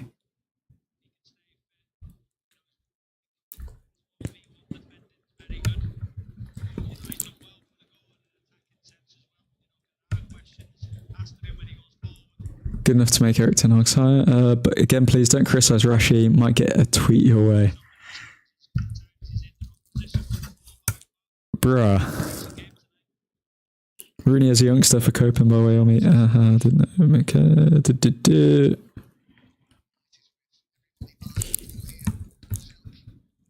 Rashford doesn't seem as quick today. Looks slow to get going. I think he's just more focused on defensive work. Look how deep he's getting. I swear he doesn't get this deep on the left-hand side. And look at that. So the play that just happened there, 39th minute I'm looking at, Hoyland's going forward. Hoyland forward, shoots, and it's just past the post. Right there, Marcus Rashford gets deep, and Garnacho was already far forward waiting for the counter-attack. So they're basically pivoting from sides. So when Wan-Bissaka gets forward, Delot stays back, and when Rashford gets deeper, Garnacho stays forward, and Rashford, is staying deeper a lot, which is working out well for us. Because Rashford's also being quite quick to release the ball to Wan-Bissaka, who can either spray it to the middle of the pitch, or he can take it forward himself. Okay, so there's a potential red card VAR check. What's happened here? For who? Oh, God. They're not going to give Rashford a red card for that, surely. Oh, that's a bad challenge, to be fair, but it's not a red card. No red card, guys. Thank you, Mackenzie.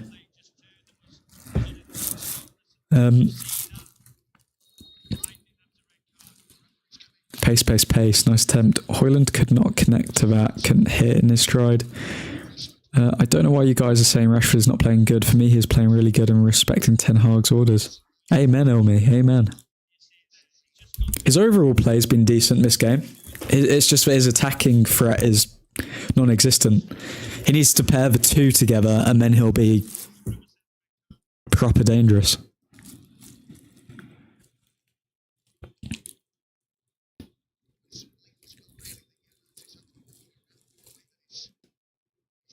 Wait, you just said there was no red card, Mackenzie. He's looking at the screen. What's going on?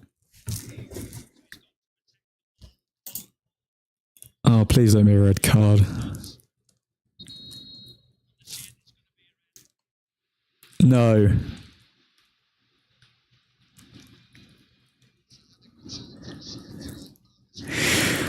Okay, shock. Yeah, Rashford was having a good game, and he's just got a red card for a challenge which wasn't a red card. Great.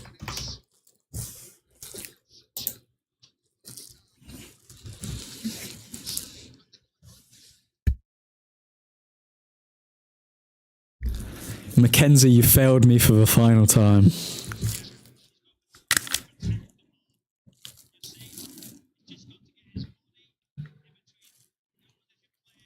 Oh, you just know that those plebs are going to go absolutely in on Rashford now, don't you? Even though it shouldn't have even been a red card. Look, everyone's laughing.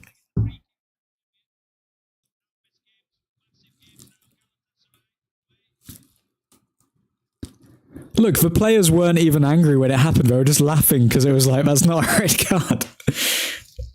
Man. Oh, they're doing everything they can to make United's season challenging, aren't they, guys? Like, they'll do anything. They're shameless.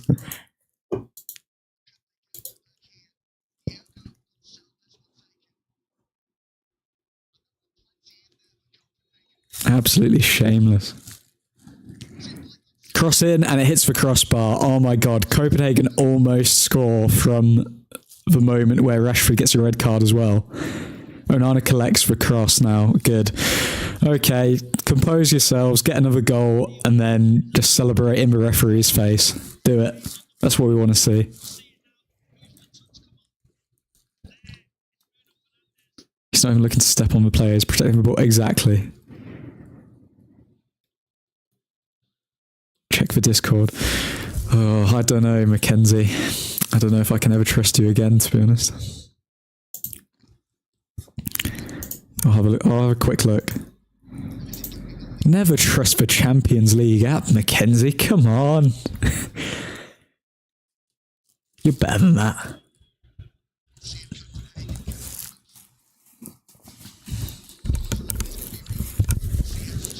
Does that mean Rash is out for 3 games?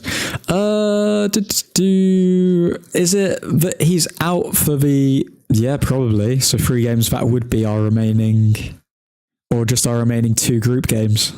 I believe. We need to be back for the round of 16 if we get out of the group, which we should do after this.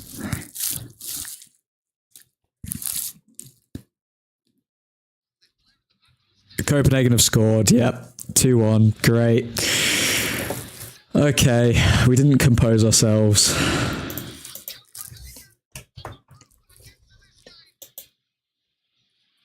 We didn't compose ourselves, and here we are. It's just an absolute joke, isn't it? Okay. We can't blame a Rashford instant for the goal though, because let's see what happened here. Garnacho didn't really track back to defend there. It was a free cross. Then Aaron Wan-Bissaka's side, they overloaded him. And nobody's marking their man in the box. What's going on here? How's that guy completely free in the box?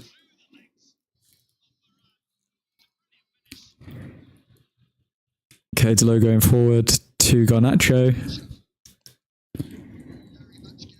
Garnacho to Varane. Just need to keep possession and take a hold of the game now. We don't need to force anything. We just need to chill out. Okay, Delo on the left wing. To McTominay. Yeah, just keep possession, boys. Go on. Keep possession for the next 10 minutes. Collect ourselves, go in half time, 2-1 up, and then make the adjustments that we need.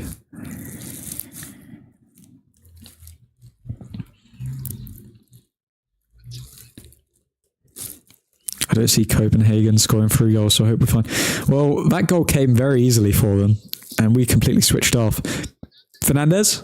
Oh, Fernandez trying to find Garnacho there in the box.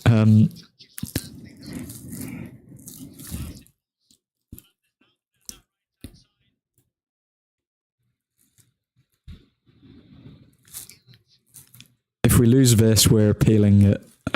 Like, make it make sense. Why does it call our fouls? Says Blaze. It's not a coincidence anymore. Nah, it's not. It would be naive to say it was a coincidence. It's every match that we've had a decision go against us. Every single match.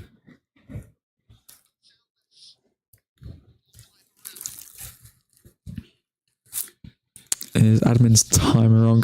I may be 10, 20 seconds in the future. Let me fix this. Okay, so I'm like here. I think you've gone into the past, Mackenzie. You've gone into the Old Truthford wormhole, and you've gone into the past.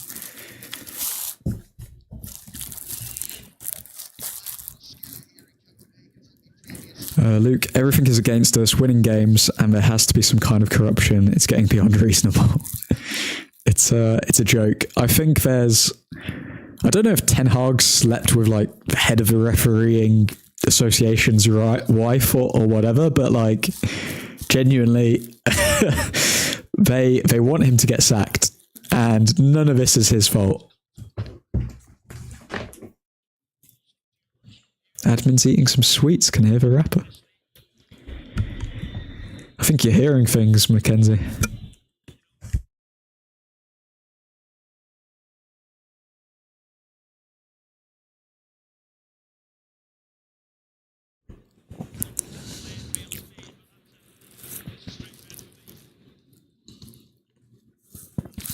Blaze, and you're telling me we get a red, not even a yellow. Like, how is that intentional? Yeah, Rashford's well known for his crunching tackles, so clearly it's intentional. I think the players' expressions said it all when the decision was made. They weren't angry, they just started laughing. They genuinely just started laughing because they know it. Like, the players know that any decision will go against us if it gets that far.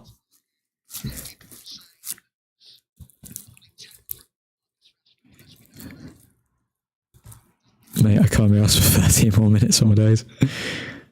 Okay, we're 4 minutes into extra time of first half. Got 9 minutes left. Yeah.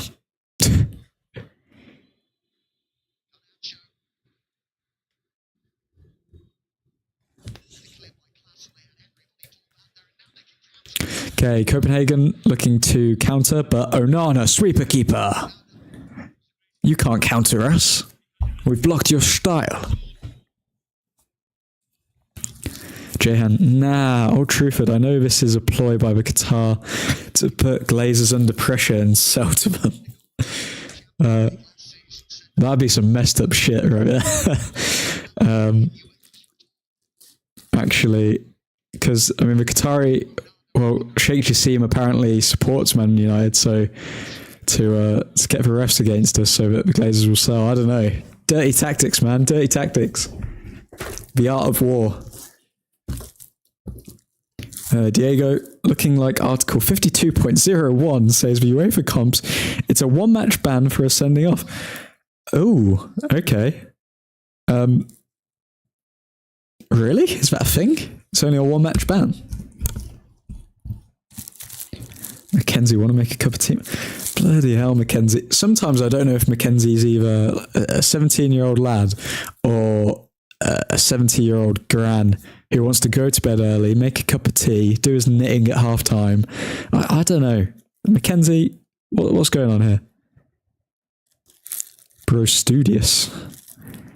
Elmi, Qatar has gone to Dubai, Habibi, and we got stuck with an old man. Caleb, can I just say, Bissaka makes our team 10 times better half the time. We've been saying this, man. We've been saying this. Delo is trash. He's not in the same league as Wan-Bissaka in terms of consistency.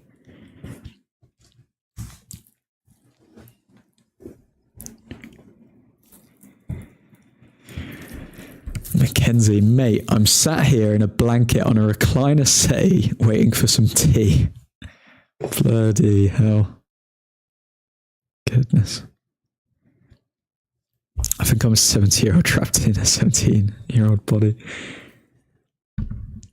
He is 1,000 times better than my boy Wambi. Jehan, did you just misspeak? What's going on here? Did you just say the Deloitte? No.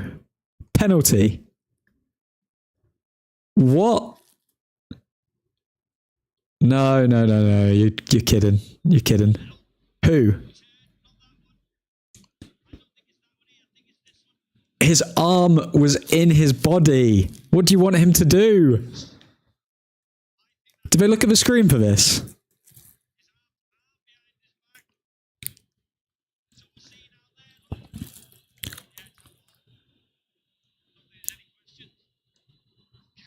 So is it for Maguire or for Varane? Wait, was that Maguire or Varane?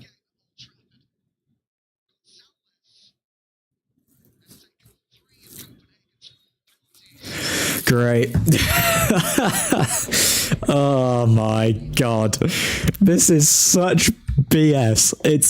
Oh my god, it's unbelievable. Can someone just insert the Jesse Pinkman Breaking Bad? They can't keep getting away with this. Like, what am I watching?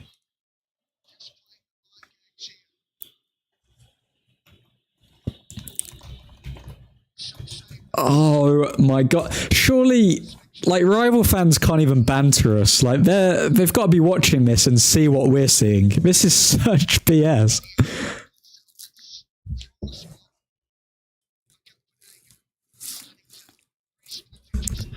Okay, penalty.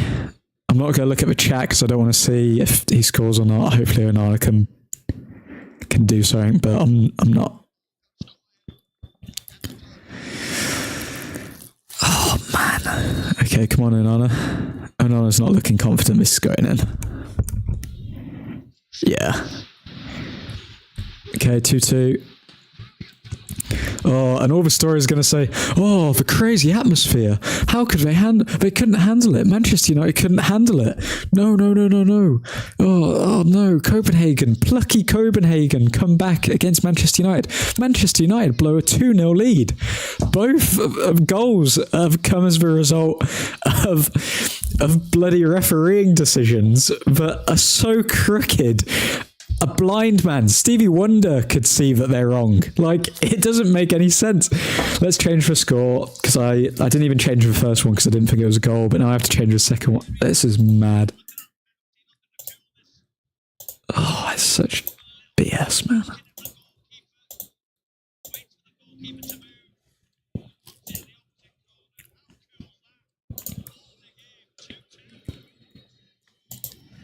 Okay, 2-2, Manchester United, Copenhagen.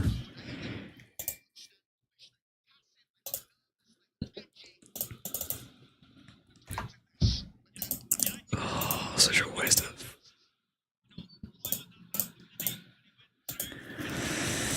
Man.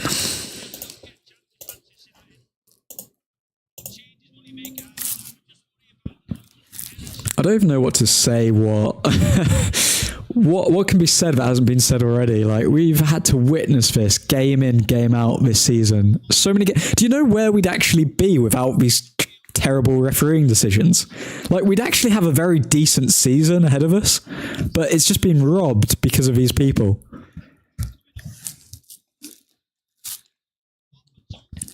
Who is controlling VAR right now? I want to know who's doing it.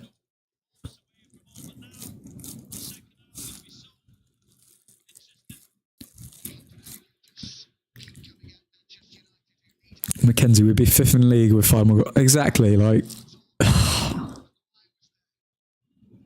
But then you don't even know how that impacts the actual results as well, because, like, getting that early goal at Spurs, getting that goal against Arsenal, all of these random, just little things, they would completely change the outcome of our season, and people are trying to... I don't know, man.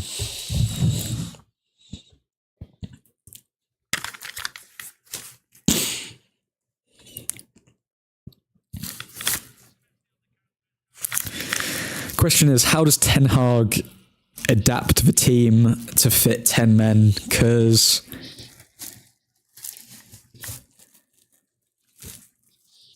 this formation clearly isn't working. Like, they've been able to pull 2 goals back, but they haven't even outplayed us. They haven't even outplayed us to get these goals. That's the annoying thing. It's just decisions going against us every single time. A penalty and a red card. Are you kidding? Like... Oh, man.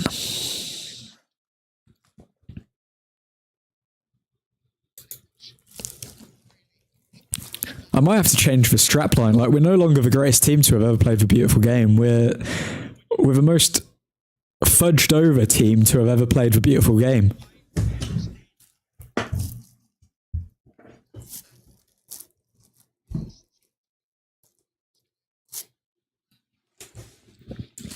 Okay, we've only got 1 minute left. Hopefully we can just keep it 2-2.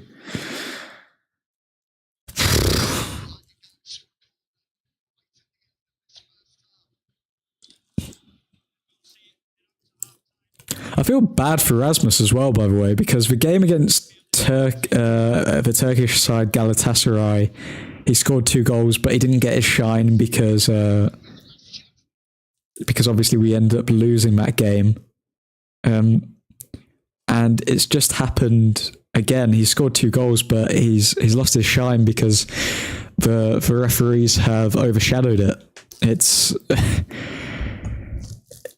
just a joke.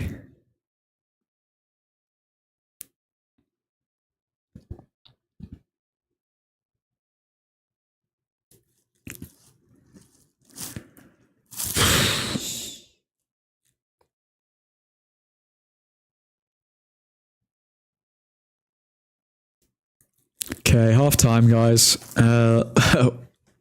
What's everyone's thoughts of that?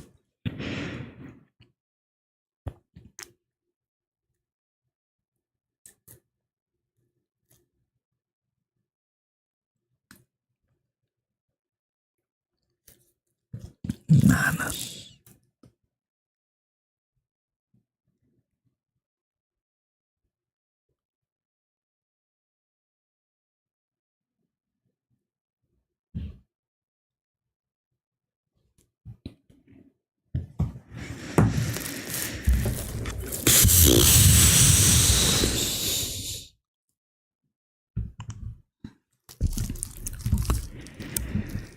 Like, it's just annoying. We get, you hate Man United, find another way to screw the club outside of football. Might have to play a back five, to be honest. Like, it's not career mode, says Blaze.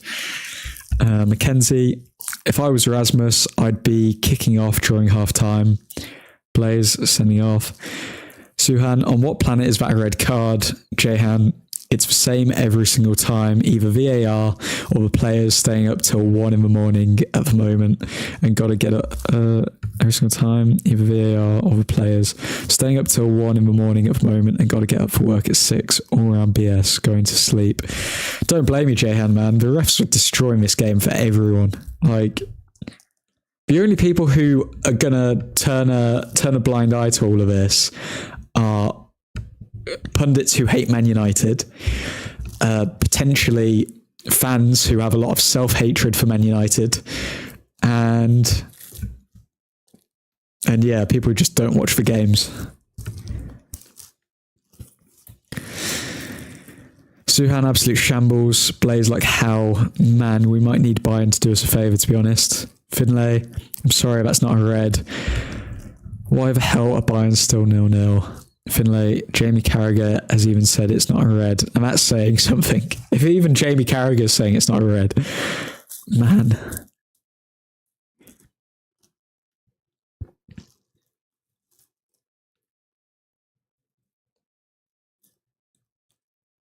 Okay, somebody's commenting. So I just made a post on my Instagram page and someone's put, both decisions are fair. It's a red card. If that's against us, we'd all be saying red. No. you can shield the ball and not get a red card. Like, he wasn't even looking where the other guy planted his leg. He covers the ball, Copenhagen enters the duel. Never red, never a pen either, says Linus. There we go. So all of the negative United fans are going to revel in this. All of the realistic United fans are going to say that we've been screwed. It's great. Yeah. Man.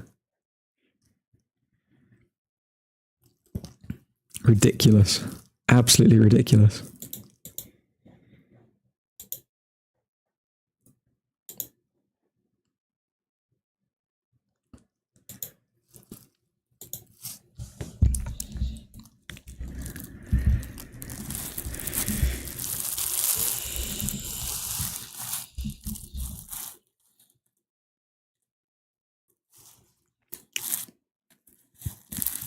Blaze, I can already smell Paul Merson. Jesus.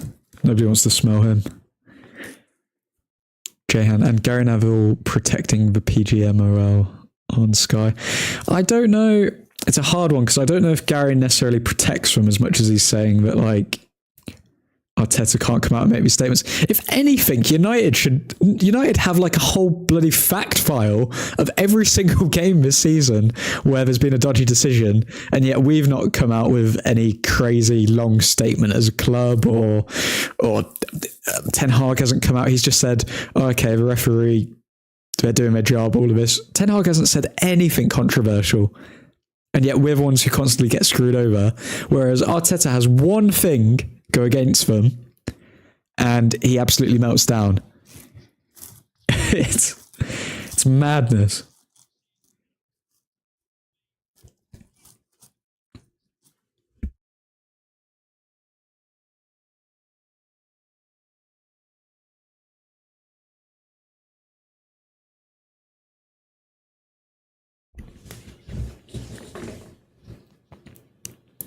This commentator defo hates United. He's been saying straight red and definitely a pen because Rafa's hand is stuck out when his hand's to his side.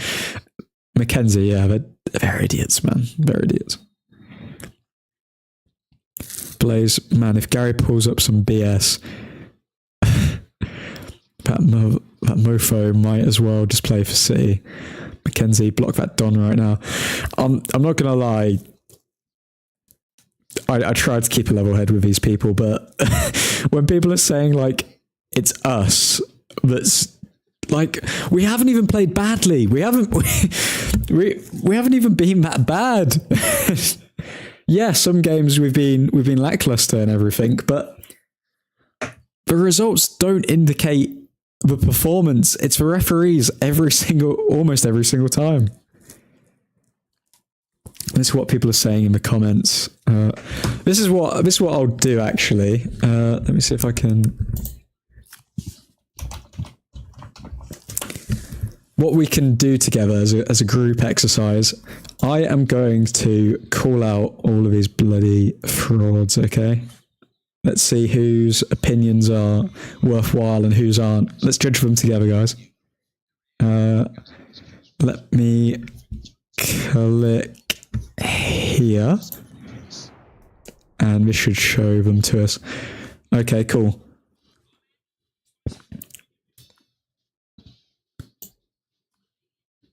Okay. Okay, guys, let's read through all of the comments that I usually have to read through, and let's see who's been just and who's been a bit of a pleb. Okay, first comment. Wasn't a handball and red for fudging. What if we lose? Rather lose for being shiz. Okay, agree. VAR are just taking the P now. Yep, agree. He covers the ball. Copenhagen enters the duel. Never red, never a pen either. Agree.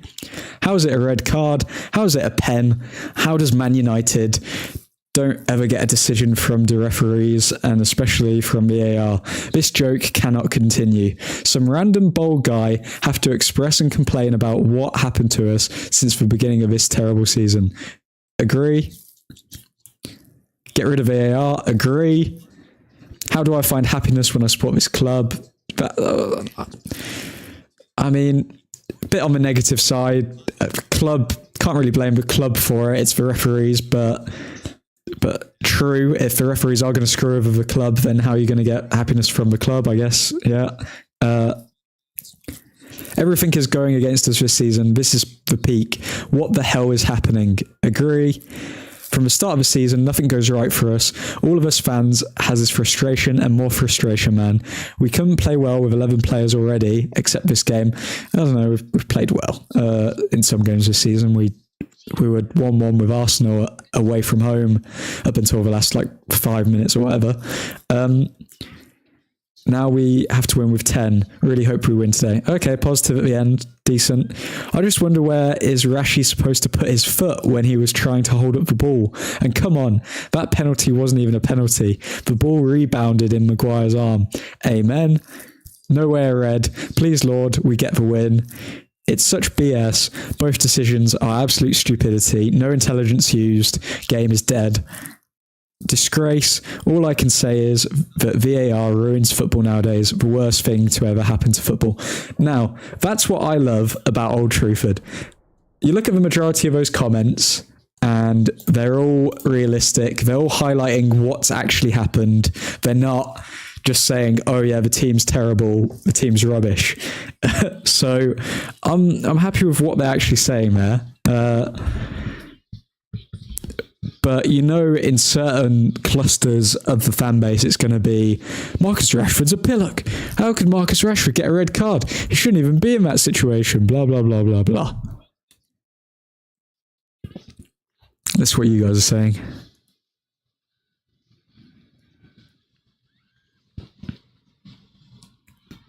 Referees ruin the game. Let the players play without rules. Amen, Mackenzie. Free for all. Last goal wins. Jehan, exactly. And remember Pep shouting at the refs after the game. Ten Hag would have been crucified for that. Mackenzie, Europa for us once again due to refs. Just clocked. If Rasmus scored his third with that shot that barely went wide, would have been reversed because of a red card. Oh, yeah. Yeah, it would have been. That's mad as well. At least they didn't take that away from us, but we never had it to begin with.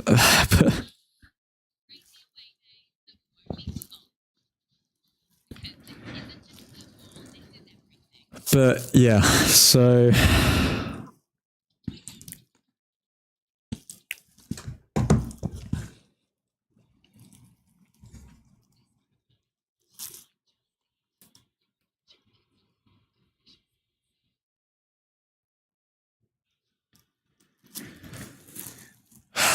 here we are. We've been playing well, absolutely dominated. 2 decisions didn't go our way, and now And now here we are. Here we are, absolutely screwed, and the refs get away with it again. Because there's no way of them actually getting punished after they make these decisions. There's no penalty or anything.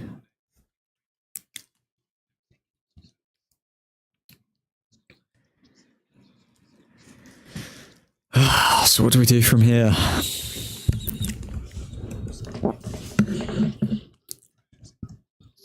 Mackenzie, I think I actually would have cried if we had Erasmus hat-trick stolen from us. I've got my good luck cuppa. Okay, everyone, relax. Mackenzie has his good luck cuppa. He will not fail us now. We will win this match no matter what. Who will be the hero of the story? That's what we need to find out. Let's see if I can get this timer sorted. Oh man.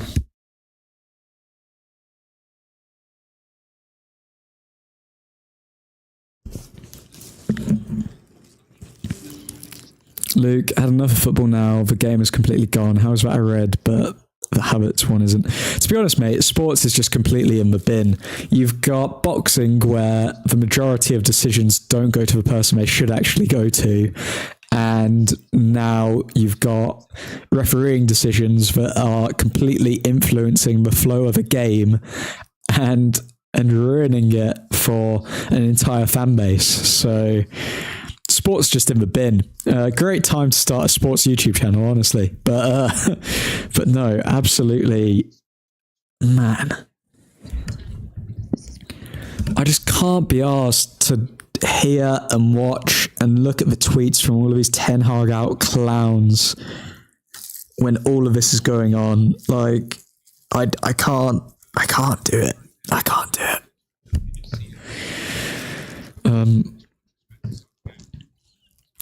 The refs and commentators just don't like to see us succeed. I mean, there's no explanation. Hashtag VAR out, says Suhan. Agreed. Mackenzie, refs should be changed at halftime during games to make sure of no bias. I like that. I like that a lot. Diego, already the footy accounts are piling on Rashford with captions like, Rashford has the same amount of red cards as goals in the Champions League. Great, yeah. This season or in total? Because that's not true if it's in total.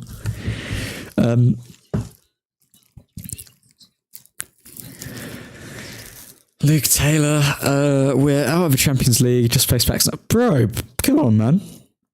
We're not out yet. Knew this would happen. We play well and end up getting decisions against us in the most ridiculous circumstances. Yeah. Suhan, we're relying on your lucky cuppa, Mackenzie. We are. Mackenzie, hopefully you can do it. I swear these officials need to fix their standard of selection. You don't need to finish that sentence with of selection. Just, I swear these officials need to fix their standard. Like, the standard is so low now that VAR, it's so mad because I wonder if they're doing it on purpose so that we'll scrap VAR and then they've just got less work to do, because they're using it as a tool to make the games worse, not better. Why would they do that? Mackenzie, boxing has been like it since its inception, though, to be honest. Yeah, and match fixing has happened in football in the past as well, but like, I don't know, it just feels a lot more prominent these days. Like, it just feels a lot more common. Luke, I'm 100% behind Ten Hag. I don't blame him at all. He's barely done wrong in my eyes. Luke's kind of right. We literally need to win to stay in. Yeah, we need a win. Ten Hag's looking to Amrabat. This is quite a good choice for him, I believe. Is he taking off Højlund? Looks like Højlund may be coming off. No? Who's coming off for Amrabat? Was it Eriksen? My guess would be Eriksen. Because we're not going to keep Eriksen and Fernandes on the pitch at the same time, are we? When we're down to 10 men. Atia, if these refereeing decisions continue, I feel like the footballing world should get together as they did for the Super League and protest against the standard of these referees. The problem is, it's never going to be a quick fix. Like, it's a generational kind of thing. How do we get better referees? I don't know, creating like proper refereeing establishments, turning it into a real career path rather than, okay, you just have to go from Sunday League all the way up to the big leagues because that takes time, obviously, and then we have to deal with the same referees for like pretty much a decade, like if not longer. We have to deal with the same faces for a decade, and we've already realised that these faces aren't good enough. So yeah, hopefully we can do something that will at least change it in the next 1 to 3 years, whether that's getting rid of VAR or what.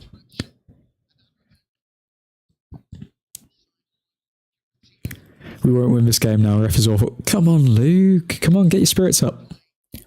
We have Jamie Carragher lambasting the red. That's how bad that call was. In fact, the whole panel, Mika, Henry, Carragher, all agreeing, never a red. Well, that's good at least, but it's not going to stop the deluded ones, is it, with their own agendas? Mackenzie, no one will protest because it's United getting the shite decisions. If it doesn't affect their team, they don't give a fudge. Yep, true.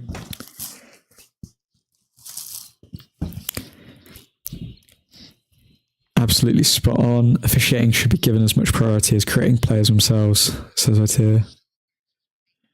That red needs to be appealed big time, says Luke.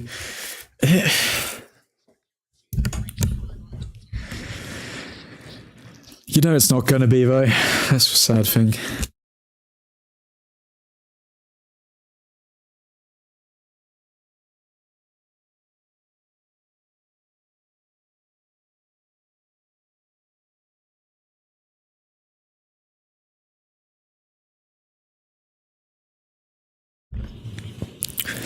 Okay, Maguire on the ball at the back. I don't even know how Ten Hag can advise the players to stay away from these things though in the match. Like, how can you advise someone not to shield the ball and someone to not like it was a ricochet which went off Maguire's arm, wasn't it? So it's like how can you even advise play? There's no room for how we can avoid this. It's just a matter of fact of something that we have to deal with, of just being screwed over consistently.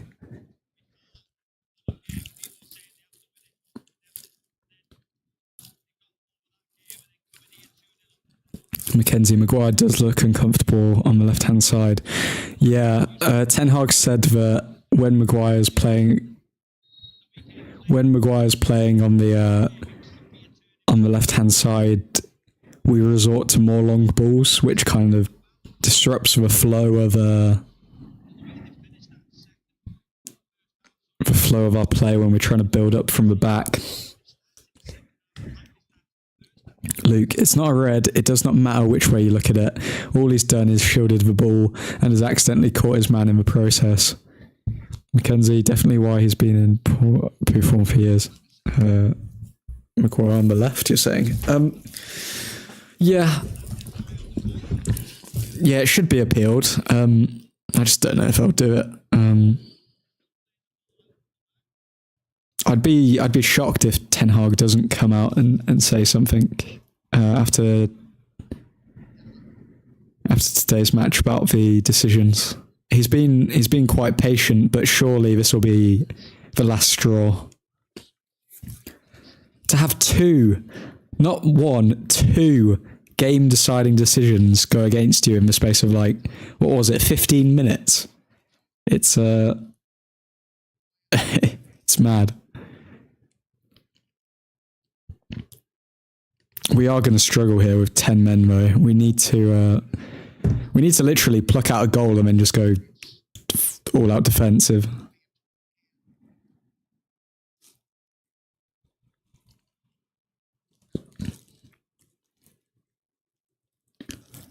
Luke, It's a joke how we are always subjective to these decisions, yet we see similar, if not the same, with different teams, but they are not on the end of the same result.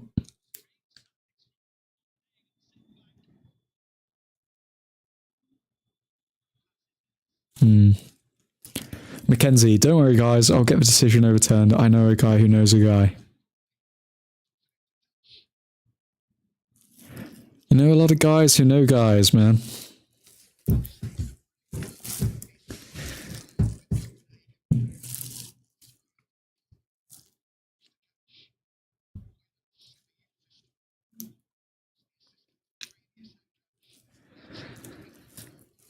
Okay, Copenhagen dominating the possession, as we probably expected. Let's get this timer sorted.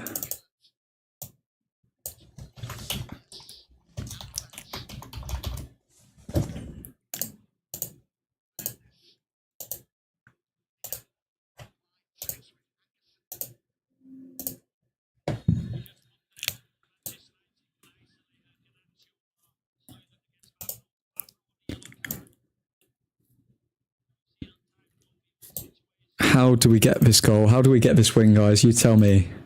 Do we need to make any more changes? Is Amrabat in the midfield enough to hold it down with McTominay? Will we get another dodgy decision against us?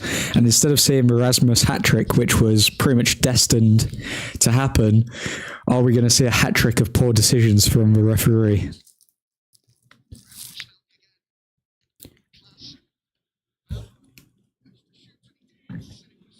Good save from Onana there. That was close to going in.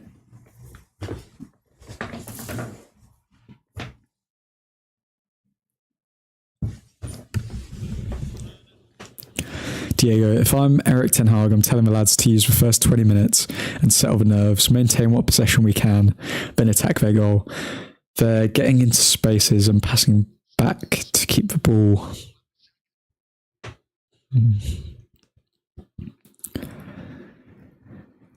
The saddest thing about Rashford going off the pitch as well, of all players, is... Oh, okay, Garnacho left wing. Delow's bombing forward. Where's he going to go? Okay, Garnacho finds Delow. Delow goes for the shot, but the keeper saves. Delow to Amrabat. Amrabat, mate, what was that?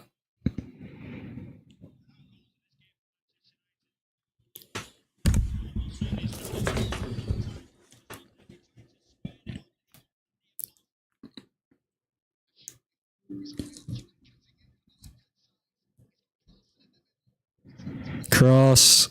Save from Onana. Good.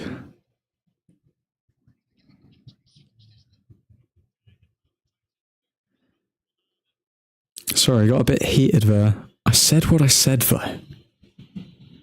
Don't apologise, Mackenzie. It's passion. Passion for the cause.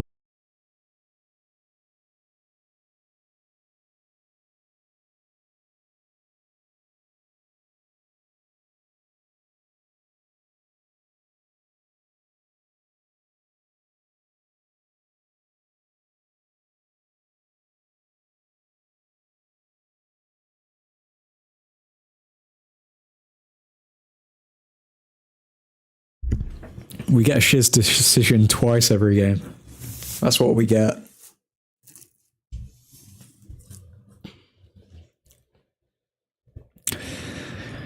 But United's all about overcoming adversity, so what can we do? Garnacho, header forward, Delow. Oh, do you want to know what the tragic thing is? We were mainly attacking through our right-hand side with Rashford sitting deep and Wan-Bissaka making runs forward that Copenhagen weren't expecting. That's where the first goal came from. Now we're having to rely on our left-hand side for our attacking intent. So we're looking at Diogo Delow and Garnacho to link up. And I don't see it. I haven't seen Delow have good link up with anyone.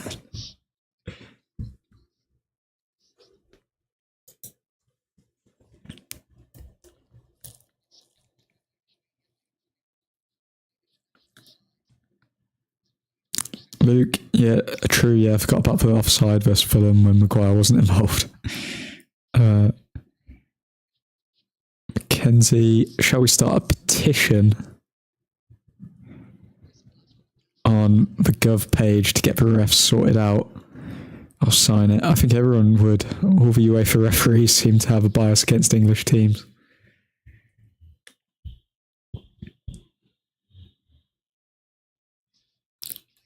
I don't know. It's so annoying because you can't even talk about proper football when these decisions get made. Like it genuinely does. This isn't an exaggeration.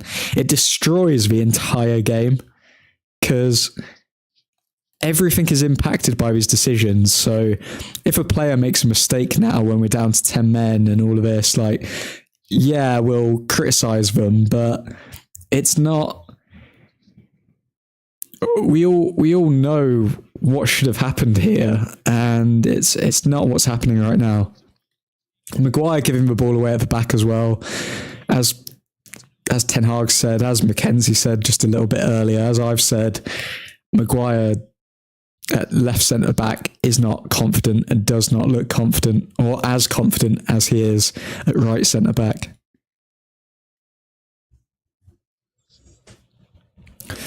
If you haven't already, guys, drop a like on the video and I will personally knock on this referee's door tomorrow morning saying, yo, what's up, dog? Why are you ruining the game?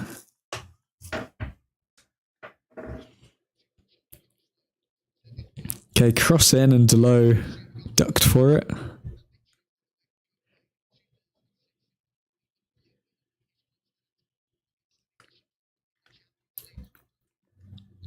Okay, Onana's now resorting to long balls. McTominay to Fernandez to McTominay. What can McTominay? No, McTominay. Oh, it looks as though we're kind of happy with the draw, to be honest. These players don't look that confident to go for the third.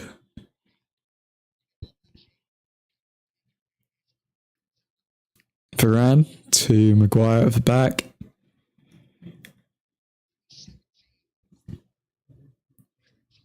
Maguire to Amrabat, and we're just playing around the back. Yeah, I think we're very happy for the draw here. What does our... I haven't really had a chance to look. So what's going on in our group?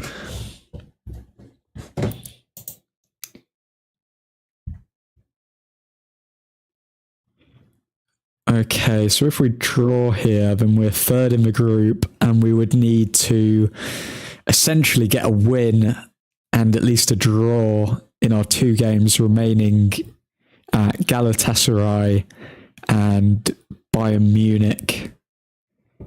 That's probably what we would need. Oh, we need a win. We need a win tonight. Desperately. I think that Rooney is coming on soon. Bloody hell, Mackenzie. Will you give this Rooney Bargy a bloody break, okay? Why do you keep talking? I get he's good on Football Manager. Bloody hell.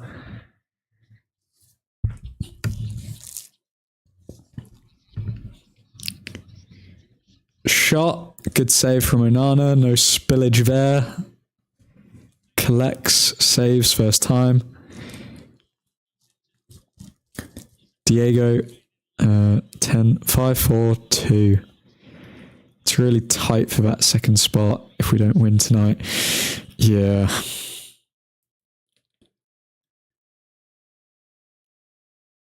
It's extremely tight because then Galatasaray just need 1 win to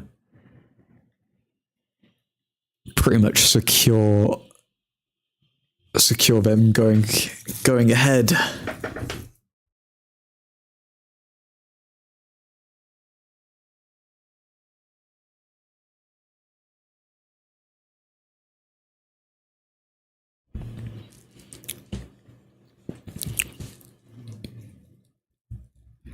Mackenzie might go sign Rooney Bargy for us on Football Manager though.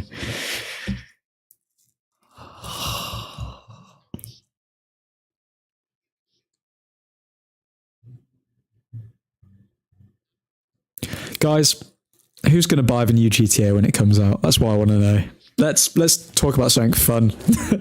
Because at the moment, United look as though they're playing for the draw, and Copenhagen are the more likely team to cross from Copenhagen. Header into the box, shot, blocked by his own man. Yeah, they're very dangerous now. Yep, cross, blocked by Maguire, very good. Offside anyway, but good defending from Maguire. Put his body on the line there. Looks as though he's in a bit of pain now. Greenwood's in the new Football Manager. I didn't expect it, to be honest. He's 1.5 stars, which is poo.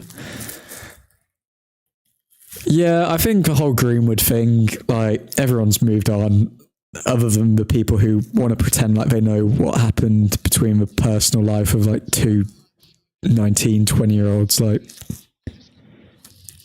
I'm sorry, if a partner can forgive and everything, like, just... Not saying that you have to believe it, but just leave them to their lives now. But I am surprised he's 1.5 stars. Out of 5, Mackenzie.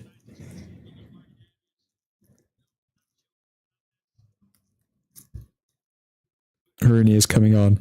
Mackenzie, if Rooney scores now because you spoke about him so much, I'm going to be pissed. I'm not going to lie.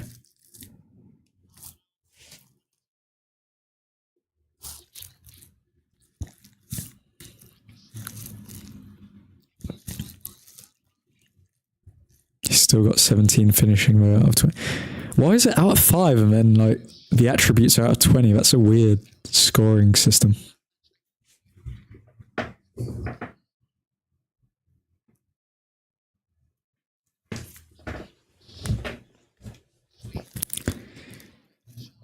Copenhagen player there trying to do the Zidane, but failed miserably with his volley. So guys, new GTA coming out, or a trailer for it's coming out in December. Who's buying it? Who's hyped? Who's a gaming Old Trutfordian? Because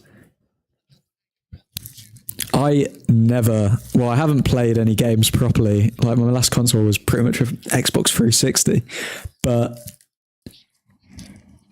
I would probably buy a new console for the new GTA. I'd save up my pocket money and ask the Red Devil Santa to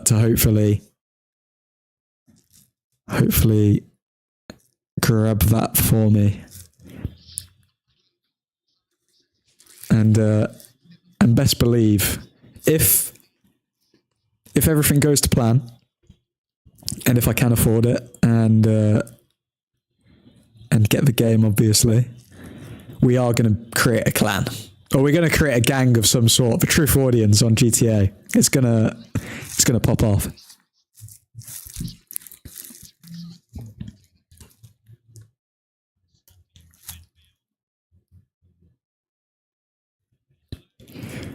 Mackenzie, new GTA is being copped, forcing my dad to buy it for me. That's what we like to hear. Diego, can't wait to get a launch trailer. I'm excited, man. Mackenzie, because I'm not old enough. Bloody hell, man. Okay, Mackenzie, you're out of the gang. You're out of the clan. You need to be at least 18 years of age. And then 5 more years for the full release. That'd be so funny but so sad at the same time, Diego. But it's not unlikely with Rockstar. We do a launch trailer that's coming in 2028. That'd be hilarious. I'm still waiting for the new Spider-Man off my dad. We need a pro clubs team on FIFA. If I get a console when the new GTA comes out, I will set up pro clubs as well. Old Truthford pro clubs.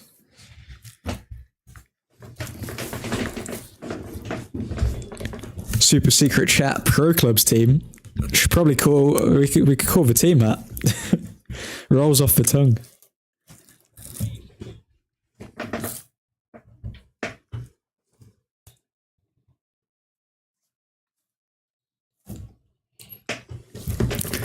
Admin up top, bro. I'm a defender. Second to none other. No other. Man, I'm tired. Handball. Maguire's calling for handball. Maguire's literally got his hands in the air like he's in Pop World. What's going on? Maguire's had his hands up for the past 4 minutes. He is adamant that there's been a handball. Let's have a look. Are we going to say that he pushed him or something? Okay. That is a handball. It came off the Copenhagen player.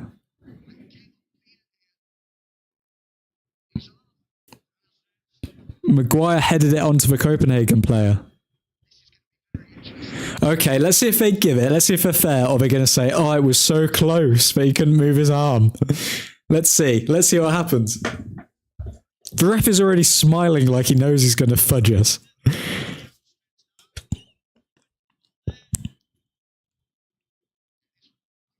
That is blatant handball.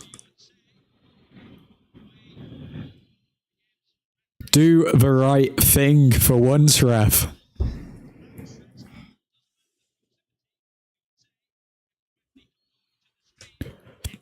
It's literally the same thing Copenhagen got.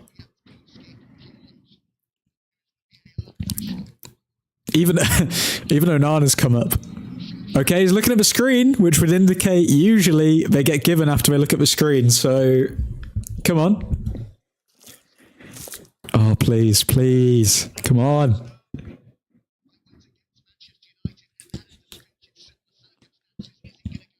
Okay, Callie, yes, it's a pen. Is that confirmation, or are you just saying that? Do you know what's funny? I don't even think this should be a pen, in all honesty. But if the other one's a pen, then this one is as well. But in my opinion, I think these circumstances, they shouldn't be penalties because it's so close that, like, what is the defender supposed to do? But they gave the Maguire one, so they've got to give this one. They have to.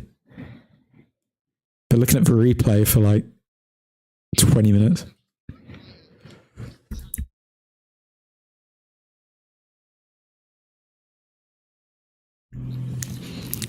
Okay, so the penalty is given. Guys, no spoilers in the chat. No spoilers in the chat if we score this. Oh, Fernandez. This is the thing. If we don't score this penalty, then the negative naysayers are going to be loving it because they're going to say, well, we could have won the game if we scored the penalty. So you can't blame the refereeing decisions. Okay, guys, don't spoil. I'm not going to look at the chat. I'm looking at Fernandez. His body language isn't looking the best, but...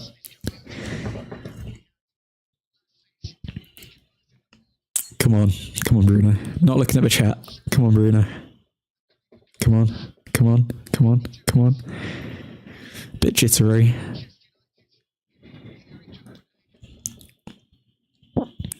Okay. Ref tried to delay this penalty as long as possible. Okay, come on, Bruno. Okay, Bruno. Steps up. And he scores. Top bins. Bruno Fernandez. Goal. Boom. 3-2. You try and screw us? You can't. Captain Fernandez. Put that in your pipe and smoke it, Roy Keane. Okay, 3-2. Boom. So they've at least somewhat... They still haven't made up for it because it completely changed the entire game. But Maguire again. Maguire just got us a penalty. Maguire's in great form. And do you know what's interesting as well? For years, Maguire hasn't been dangerous in the box. Maguire's starting to look very dangerous in the box. He assisted McTominay, won us a penalty tonight. He's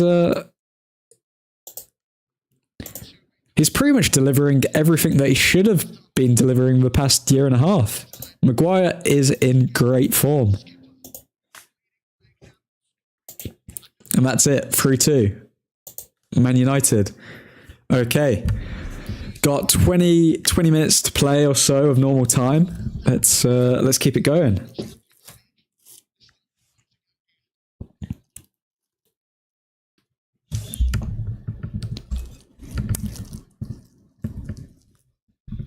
Yeah, park the bloody bus, says Callie. Surely we're parking the bus now. Oh, Fernandez almost finding Garnacho, but well defended by Copenhagen. Do we go for the kill and go for an extra goal, or do we park the bus? It's an interesting one. Nick is saying 10 men in goal. 10 men on the goal line.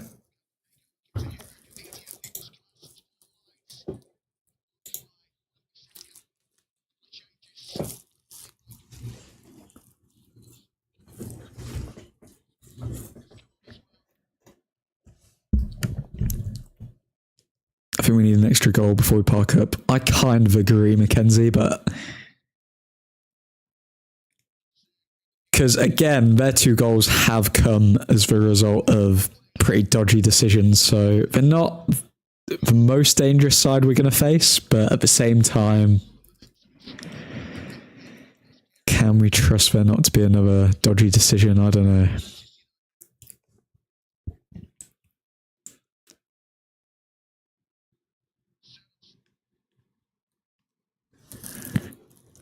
Okay, just going to post all the player ratings now. See what you guys have thought of everyone tonight.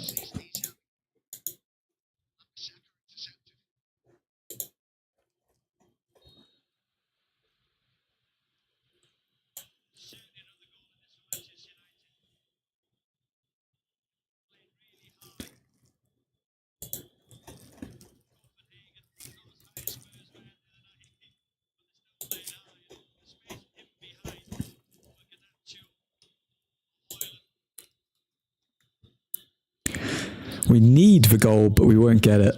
Erasmus, 10 out of 10, surely. 10 out of 10, bro. What? I think you could give him a 9. Like, 2 goals isn't a 10 out of 10 performance.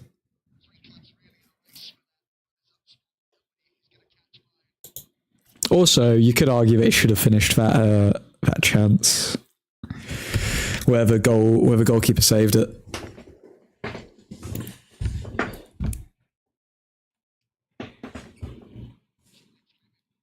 Still appealing the red, says Luke. Yeah, obviously.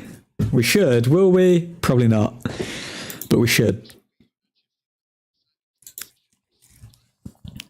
How's this guy only 3 years older than me?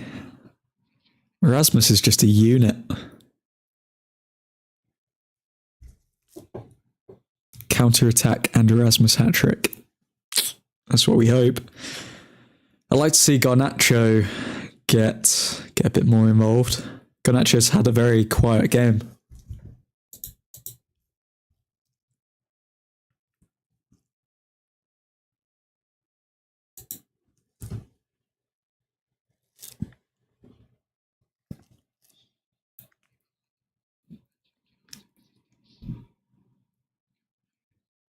Kane scored. Okay, so the group standings are 12-6-4-1. So Manchester United are now second in the group. Thank you, Diego. Onana punches it away.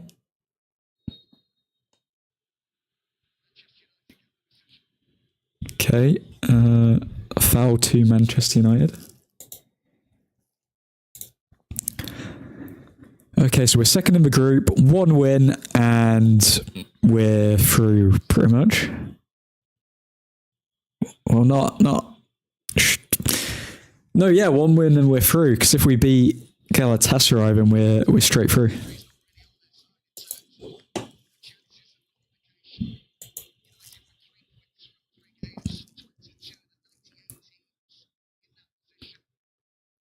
Is Rasmus still UCL top scorer? I think so.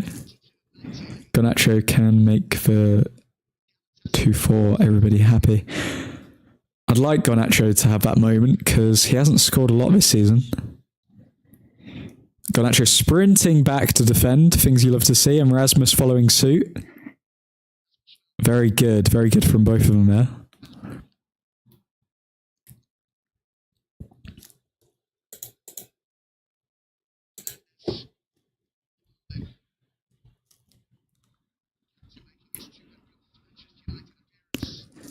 Mackenzie, I'd rather have Kane over Erasmus for the extra 30 mil, but Erasmus is too sexy not to buy.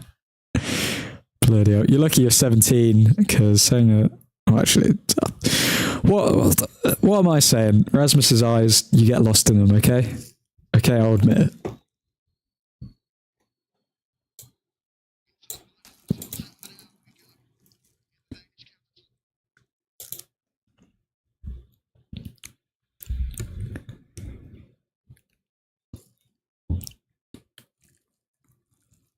Mackenzie, we bought him for beauty.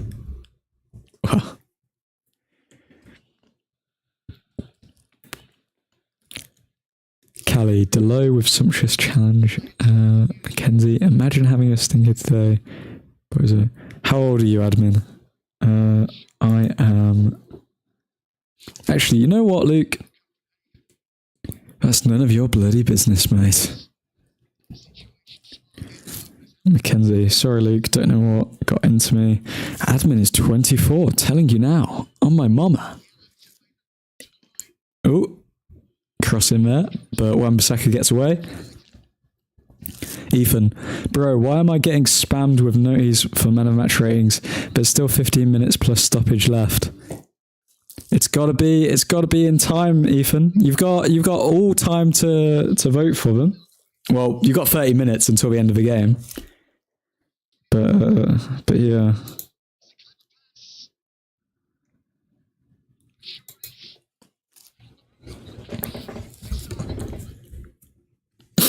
Admin's being caught out.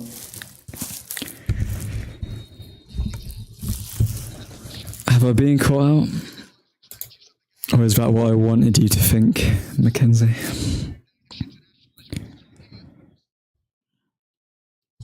Rooney is on. Great. Finally. Rooney, what we've been waiting for all this time. I just want the next 50 minutes to go as quickly as possible. I want us to hold out. Be interesting to see what people vote Marcus Rashford for his player rating, because I think everyone's agreed that it shouldn't be a red card. So will people still vote him down for it? I don't know. Let's find out. Ethan, I want a Hoyland Hattie. He deserves one. Will he get it, is the question.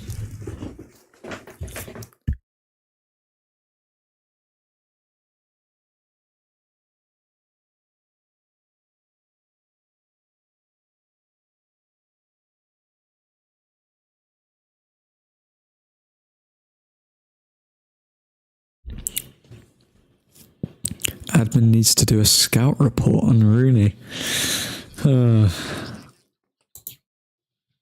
I'll have a look at him after the stream, but to be honest, I think I'm only going to do like a scouting video if I think that they're like, I'm deluded towards them and I think they need to be signed. Fernandez to McTominay there. McTominay absolutely skies it. Same. Fernandez should have passed it a bit slower, maybe.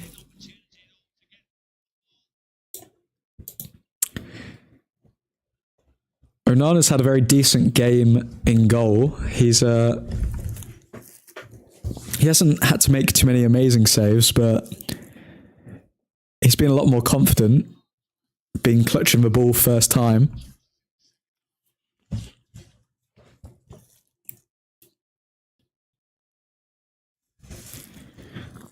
Fred. Admin Rashford rating was posted twice by mistake, I think. Thank you, Diego. Let me just amend that. I want to make sure I'm not missing anyone's ratings.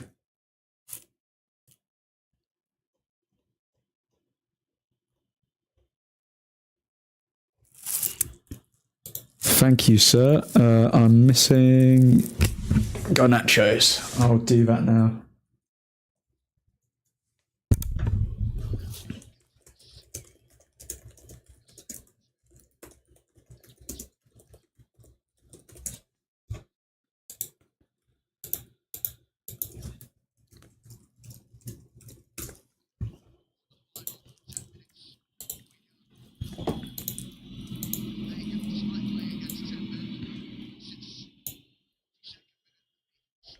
Okay, final ping.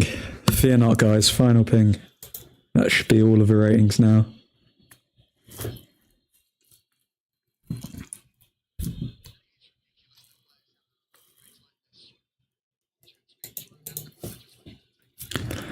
And shout out to Diego, because he not only just corrected the player ratings there, but Diego dropped me a message just to remind me, because I was in the process of creating the video, but Diego dropped me a message to remind me to make a video about the Marcus Rashford response to the United stand. So hats off to you, Diego. Cheers, man.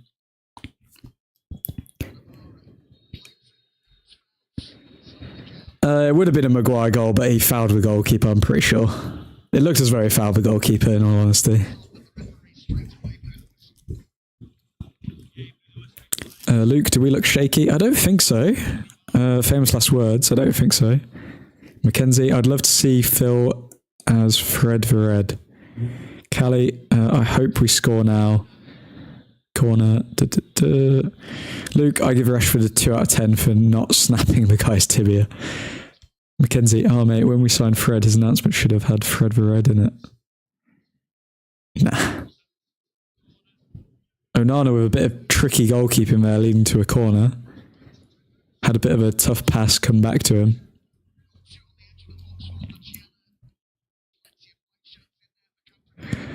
Corner. Copenhagen player shoots and it's terrible. Oh, and the Copenhagen player. Oh, another one. Okay, edge of the box. Still on the edge of the box. We're defending well. Cross. Oh no, Dalot back post. It's Diogo Dalot again. Diogo Dalot has failed Manchester United again. And this very well could be the mistake that takes us out of the Champions League. Obviously, the refereeing played its part, but Diogo Dalot, watch him as the cross comes in. He's looking where his player is. And he does nothing. Yep, Diogo Dalot doesn't know how to defend. Great. Okay, cool. 3-3. Yep, Diogo Dalot. What more can I say?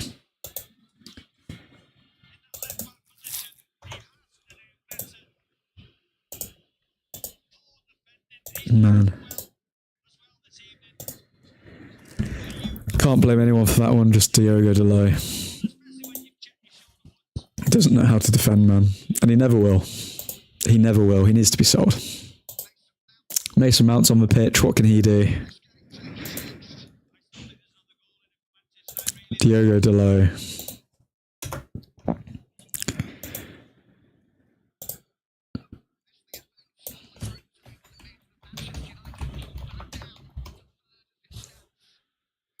Okay, no Højlund hat-trick. Mount on for Højlund. And yeah. Yep, Dalot. Dalot's so trash, man. He has one good game against Fulham and you think, oh, okay, he's turned it around. Maybe he can play left back. He's trash. In every position, he's trash. There's no hope for him. Get him out. He's gone. That's what you guys are saying. Ilmi, this defence thing is driving me crazy. Diego, but still, Onana has no reason to chest that out of play. True. Luke, drop into reserves. Dalot with another 1 out of 10 performance. What is this game? Onana should have just caught that. Diego, I don't believe Dalot would have been put in that situation if Onana clears that instead of getting cheeky. That's true. Mackenzie, we're back to third in group. Luke, how is he a professional footballer? I don't think Onana could catch it off the Bissaka pass. Oh, I didn't see it. It was a back pass, sorry. Luke, still famous last words as admin. Yeah. Wan-Bissaka away. And we need a goal. We need a goal again. This is why we can't sit back. Not with a defence with Dalot in it. Name a big game that Delo's turned up in. I'll PayPal someone £10 if they can name a big game of significance that Delo has turned up in and delivered. The answer is, it's never happened.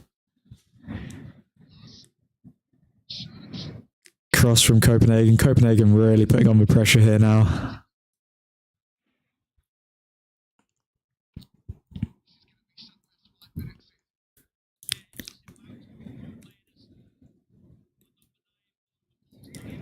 Tranmere Rovers. Yep, big game. Big game. Good reference, Luke.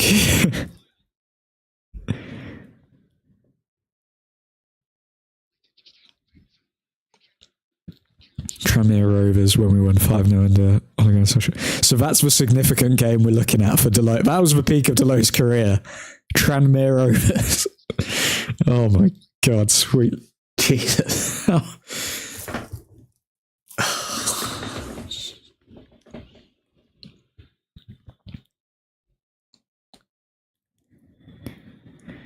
Okay, Delo to Amrabat, back to Maguire. To Varane. Varane, hospital pass. Maguire, one-on-one defending. And the cross comes in. And it should really be 4-3. But the Copenhagen player completely snuffed his lines. Varane making mistakes now. Delo making mistakes now. Maguire defending for his life. And it's a goal. And it's a goal. It's a goal to Copenhagen. We are officially out of the Champions League. Well, it's 4-3. And was that Rooney, Mackenzie? That was Rooney. Of course it was. Well, that's just fucking great, isn't it? Okay, cool. Yeah. Why did you have to do it, Mackenzie? Why did you have to keep mentioning him? It was just bound to happen. Let's see all the agenda-ridden platforms go after Maguire. Let's see them go after Rashford. Let's see them go after all of these people. Let's not see them go after Diogo Dalot, who forgot how to defend at a pivotal point of the game. Let's see them forget about the referees. Let's enjoy it. Cool, great.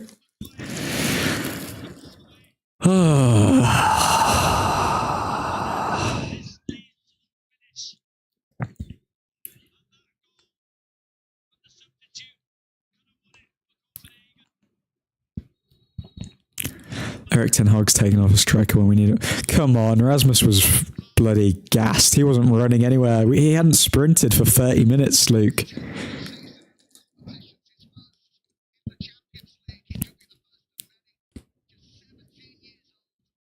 I did warn you guys about him. Mackenzie, I want to strangle you, man.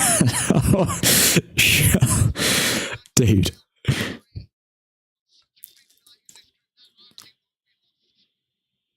Completely crumbled. They completely crumbled, and it started with Delo, and then you saw Varane make a terrible pass to Maguire, giving Copenhagen players, they smelt blood, they went all in, and they got their goal. And all of the BS of, this atmosphere, United haven't experienced this atmosphere. Great.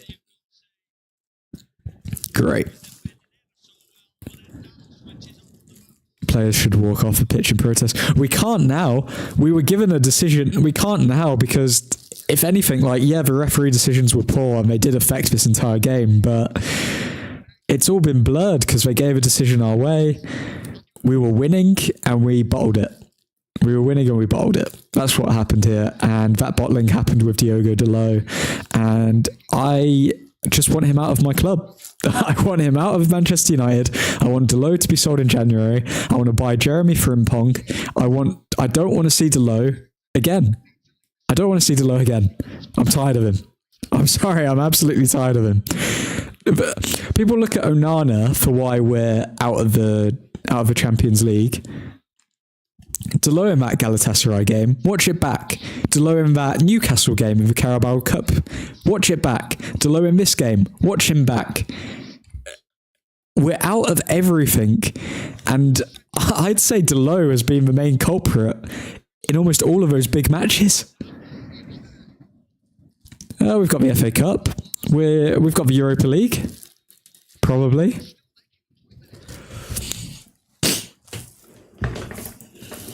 Man.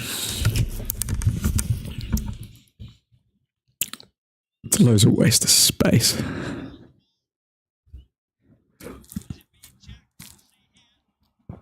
Is it a penalty? No penalty. Yeah, we were clutching there.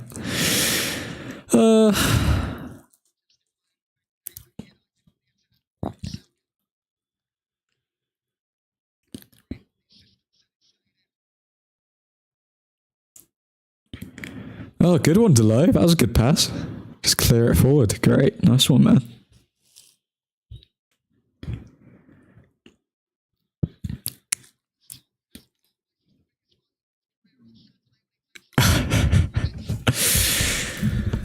Oh, pain. Diogo Delo.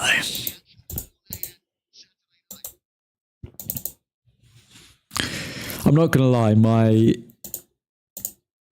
this is the home of honestly biased content, sports content. I'm as fed up with the referees as I am with Diogo Delo, to be honest. I've reached the peak of being able to cope with Diogo Delo.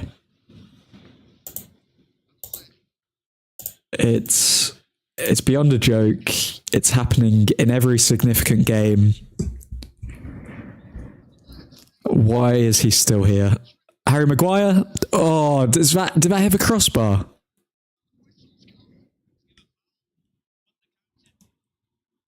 Okay, I'm in the second minute of added time.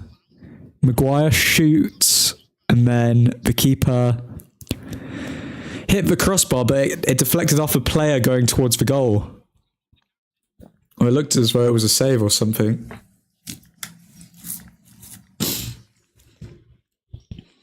Should have been a corner, but it wasn't.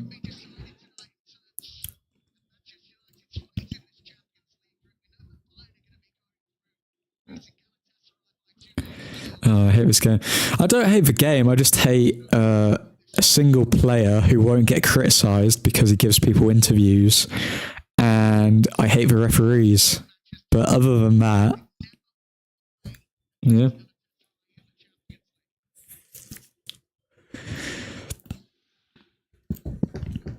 Damn, 2 must-win games now.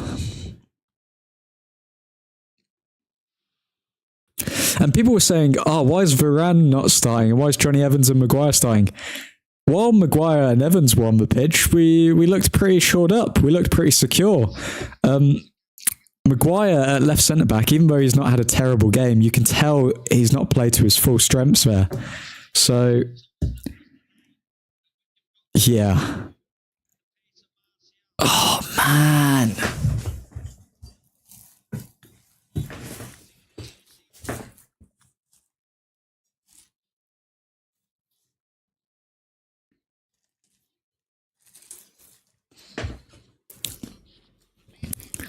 I think this game has...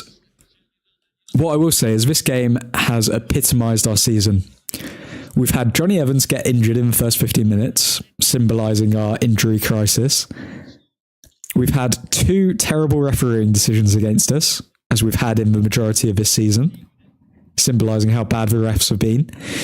And third of all, Diogo Delo forgetting how to defend. 3 things that have summed up our season so far. And we haven't been able to escape it.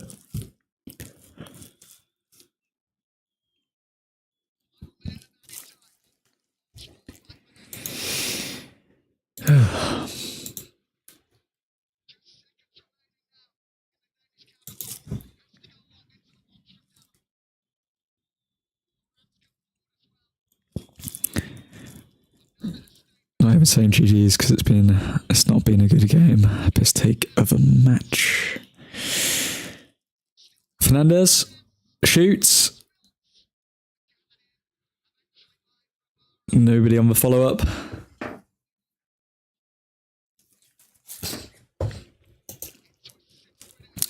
So yeah, in the group we are fourth. That's the end of the match. Cool. Yeah, we're fourth in the group. Let me see if I can pull this up for us.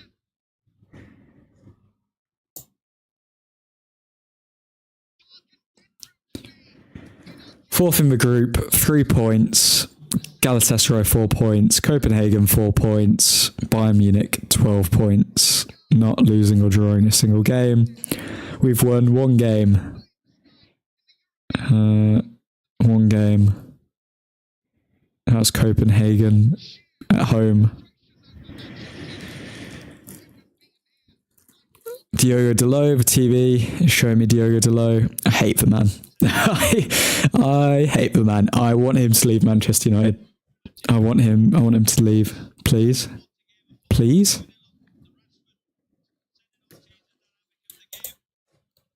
Get behind everyone who wears the shirt, but January, please just sell him. Please, Ten Hag. Like, surely you've seen enough now. We've lost to a Danish team. Oh, we're going to watch the next game. I'm not watching until we win £300 again. Cool. Well, appreciate you all tuning in. I'm going to give it 5 minutes and then go live with Shutting Up Shop. I don't even know what I've just witnessed. It's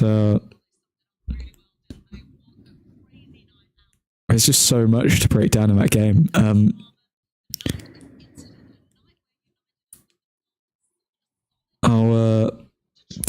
going to end the stream there, folks. Thanks for tuning in. Hopefully see you in Shutting Up Shop, but if not, enjoy your evening. Try to not think about this shiz, and Godspeed.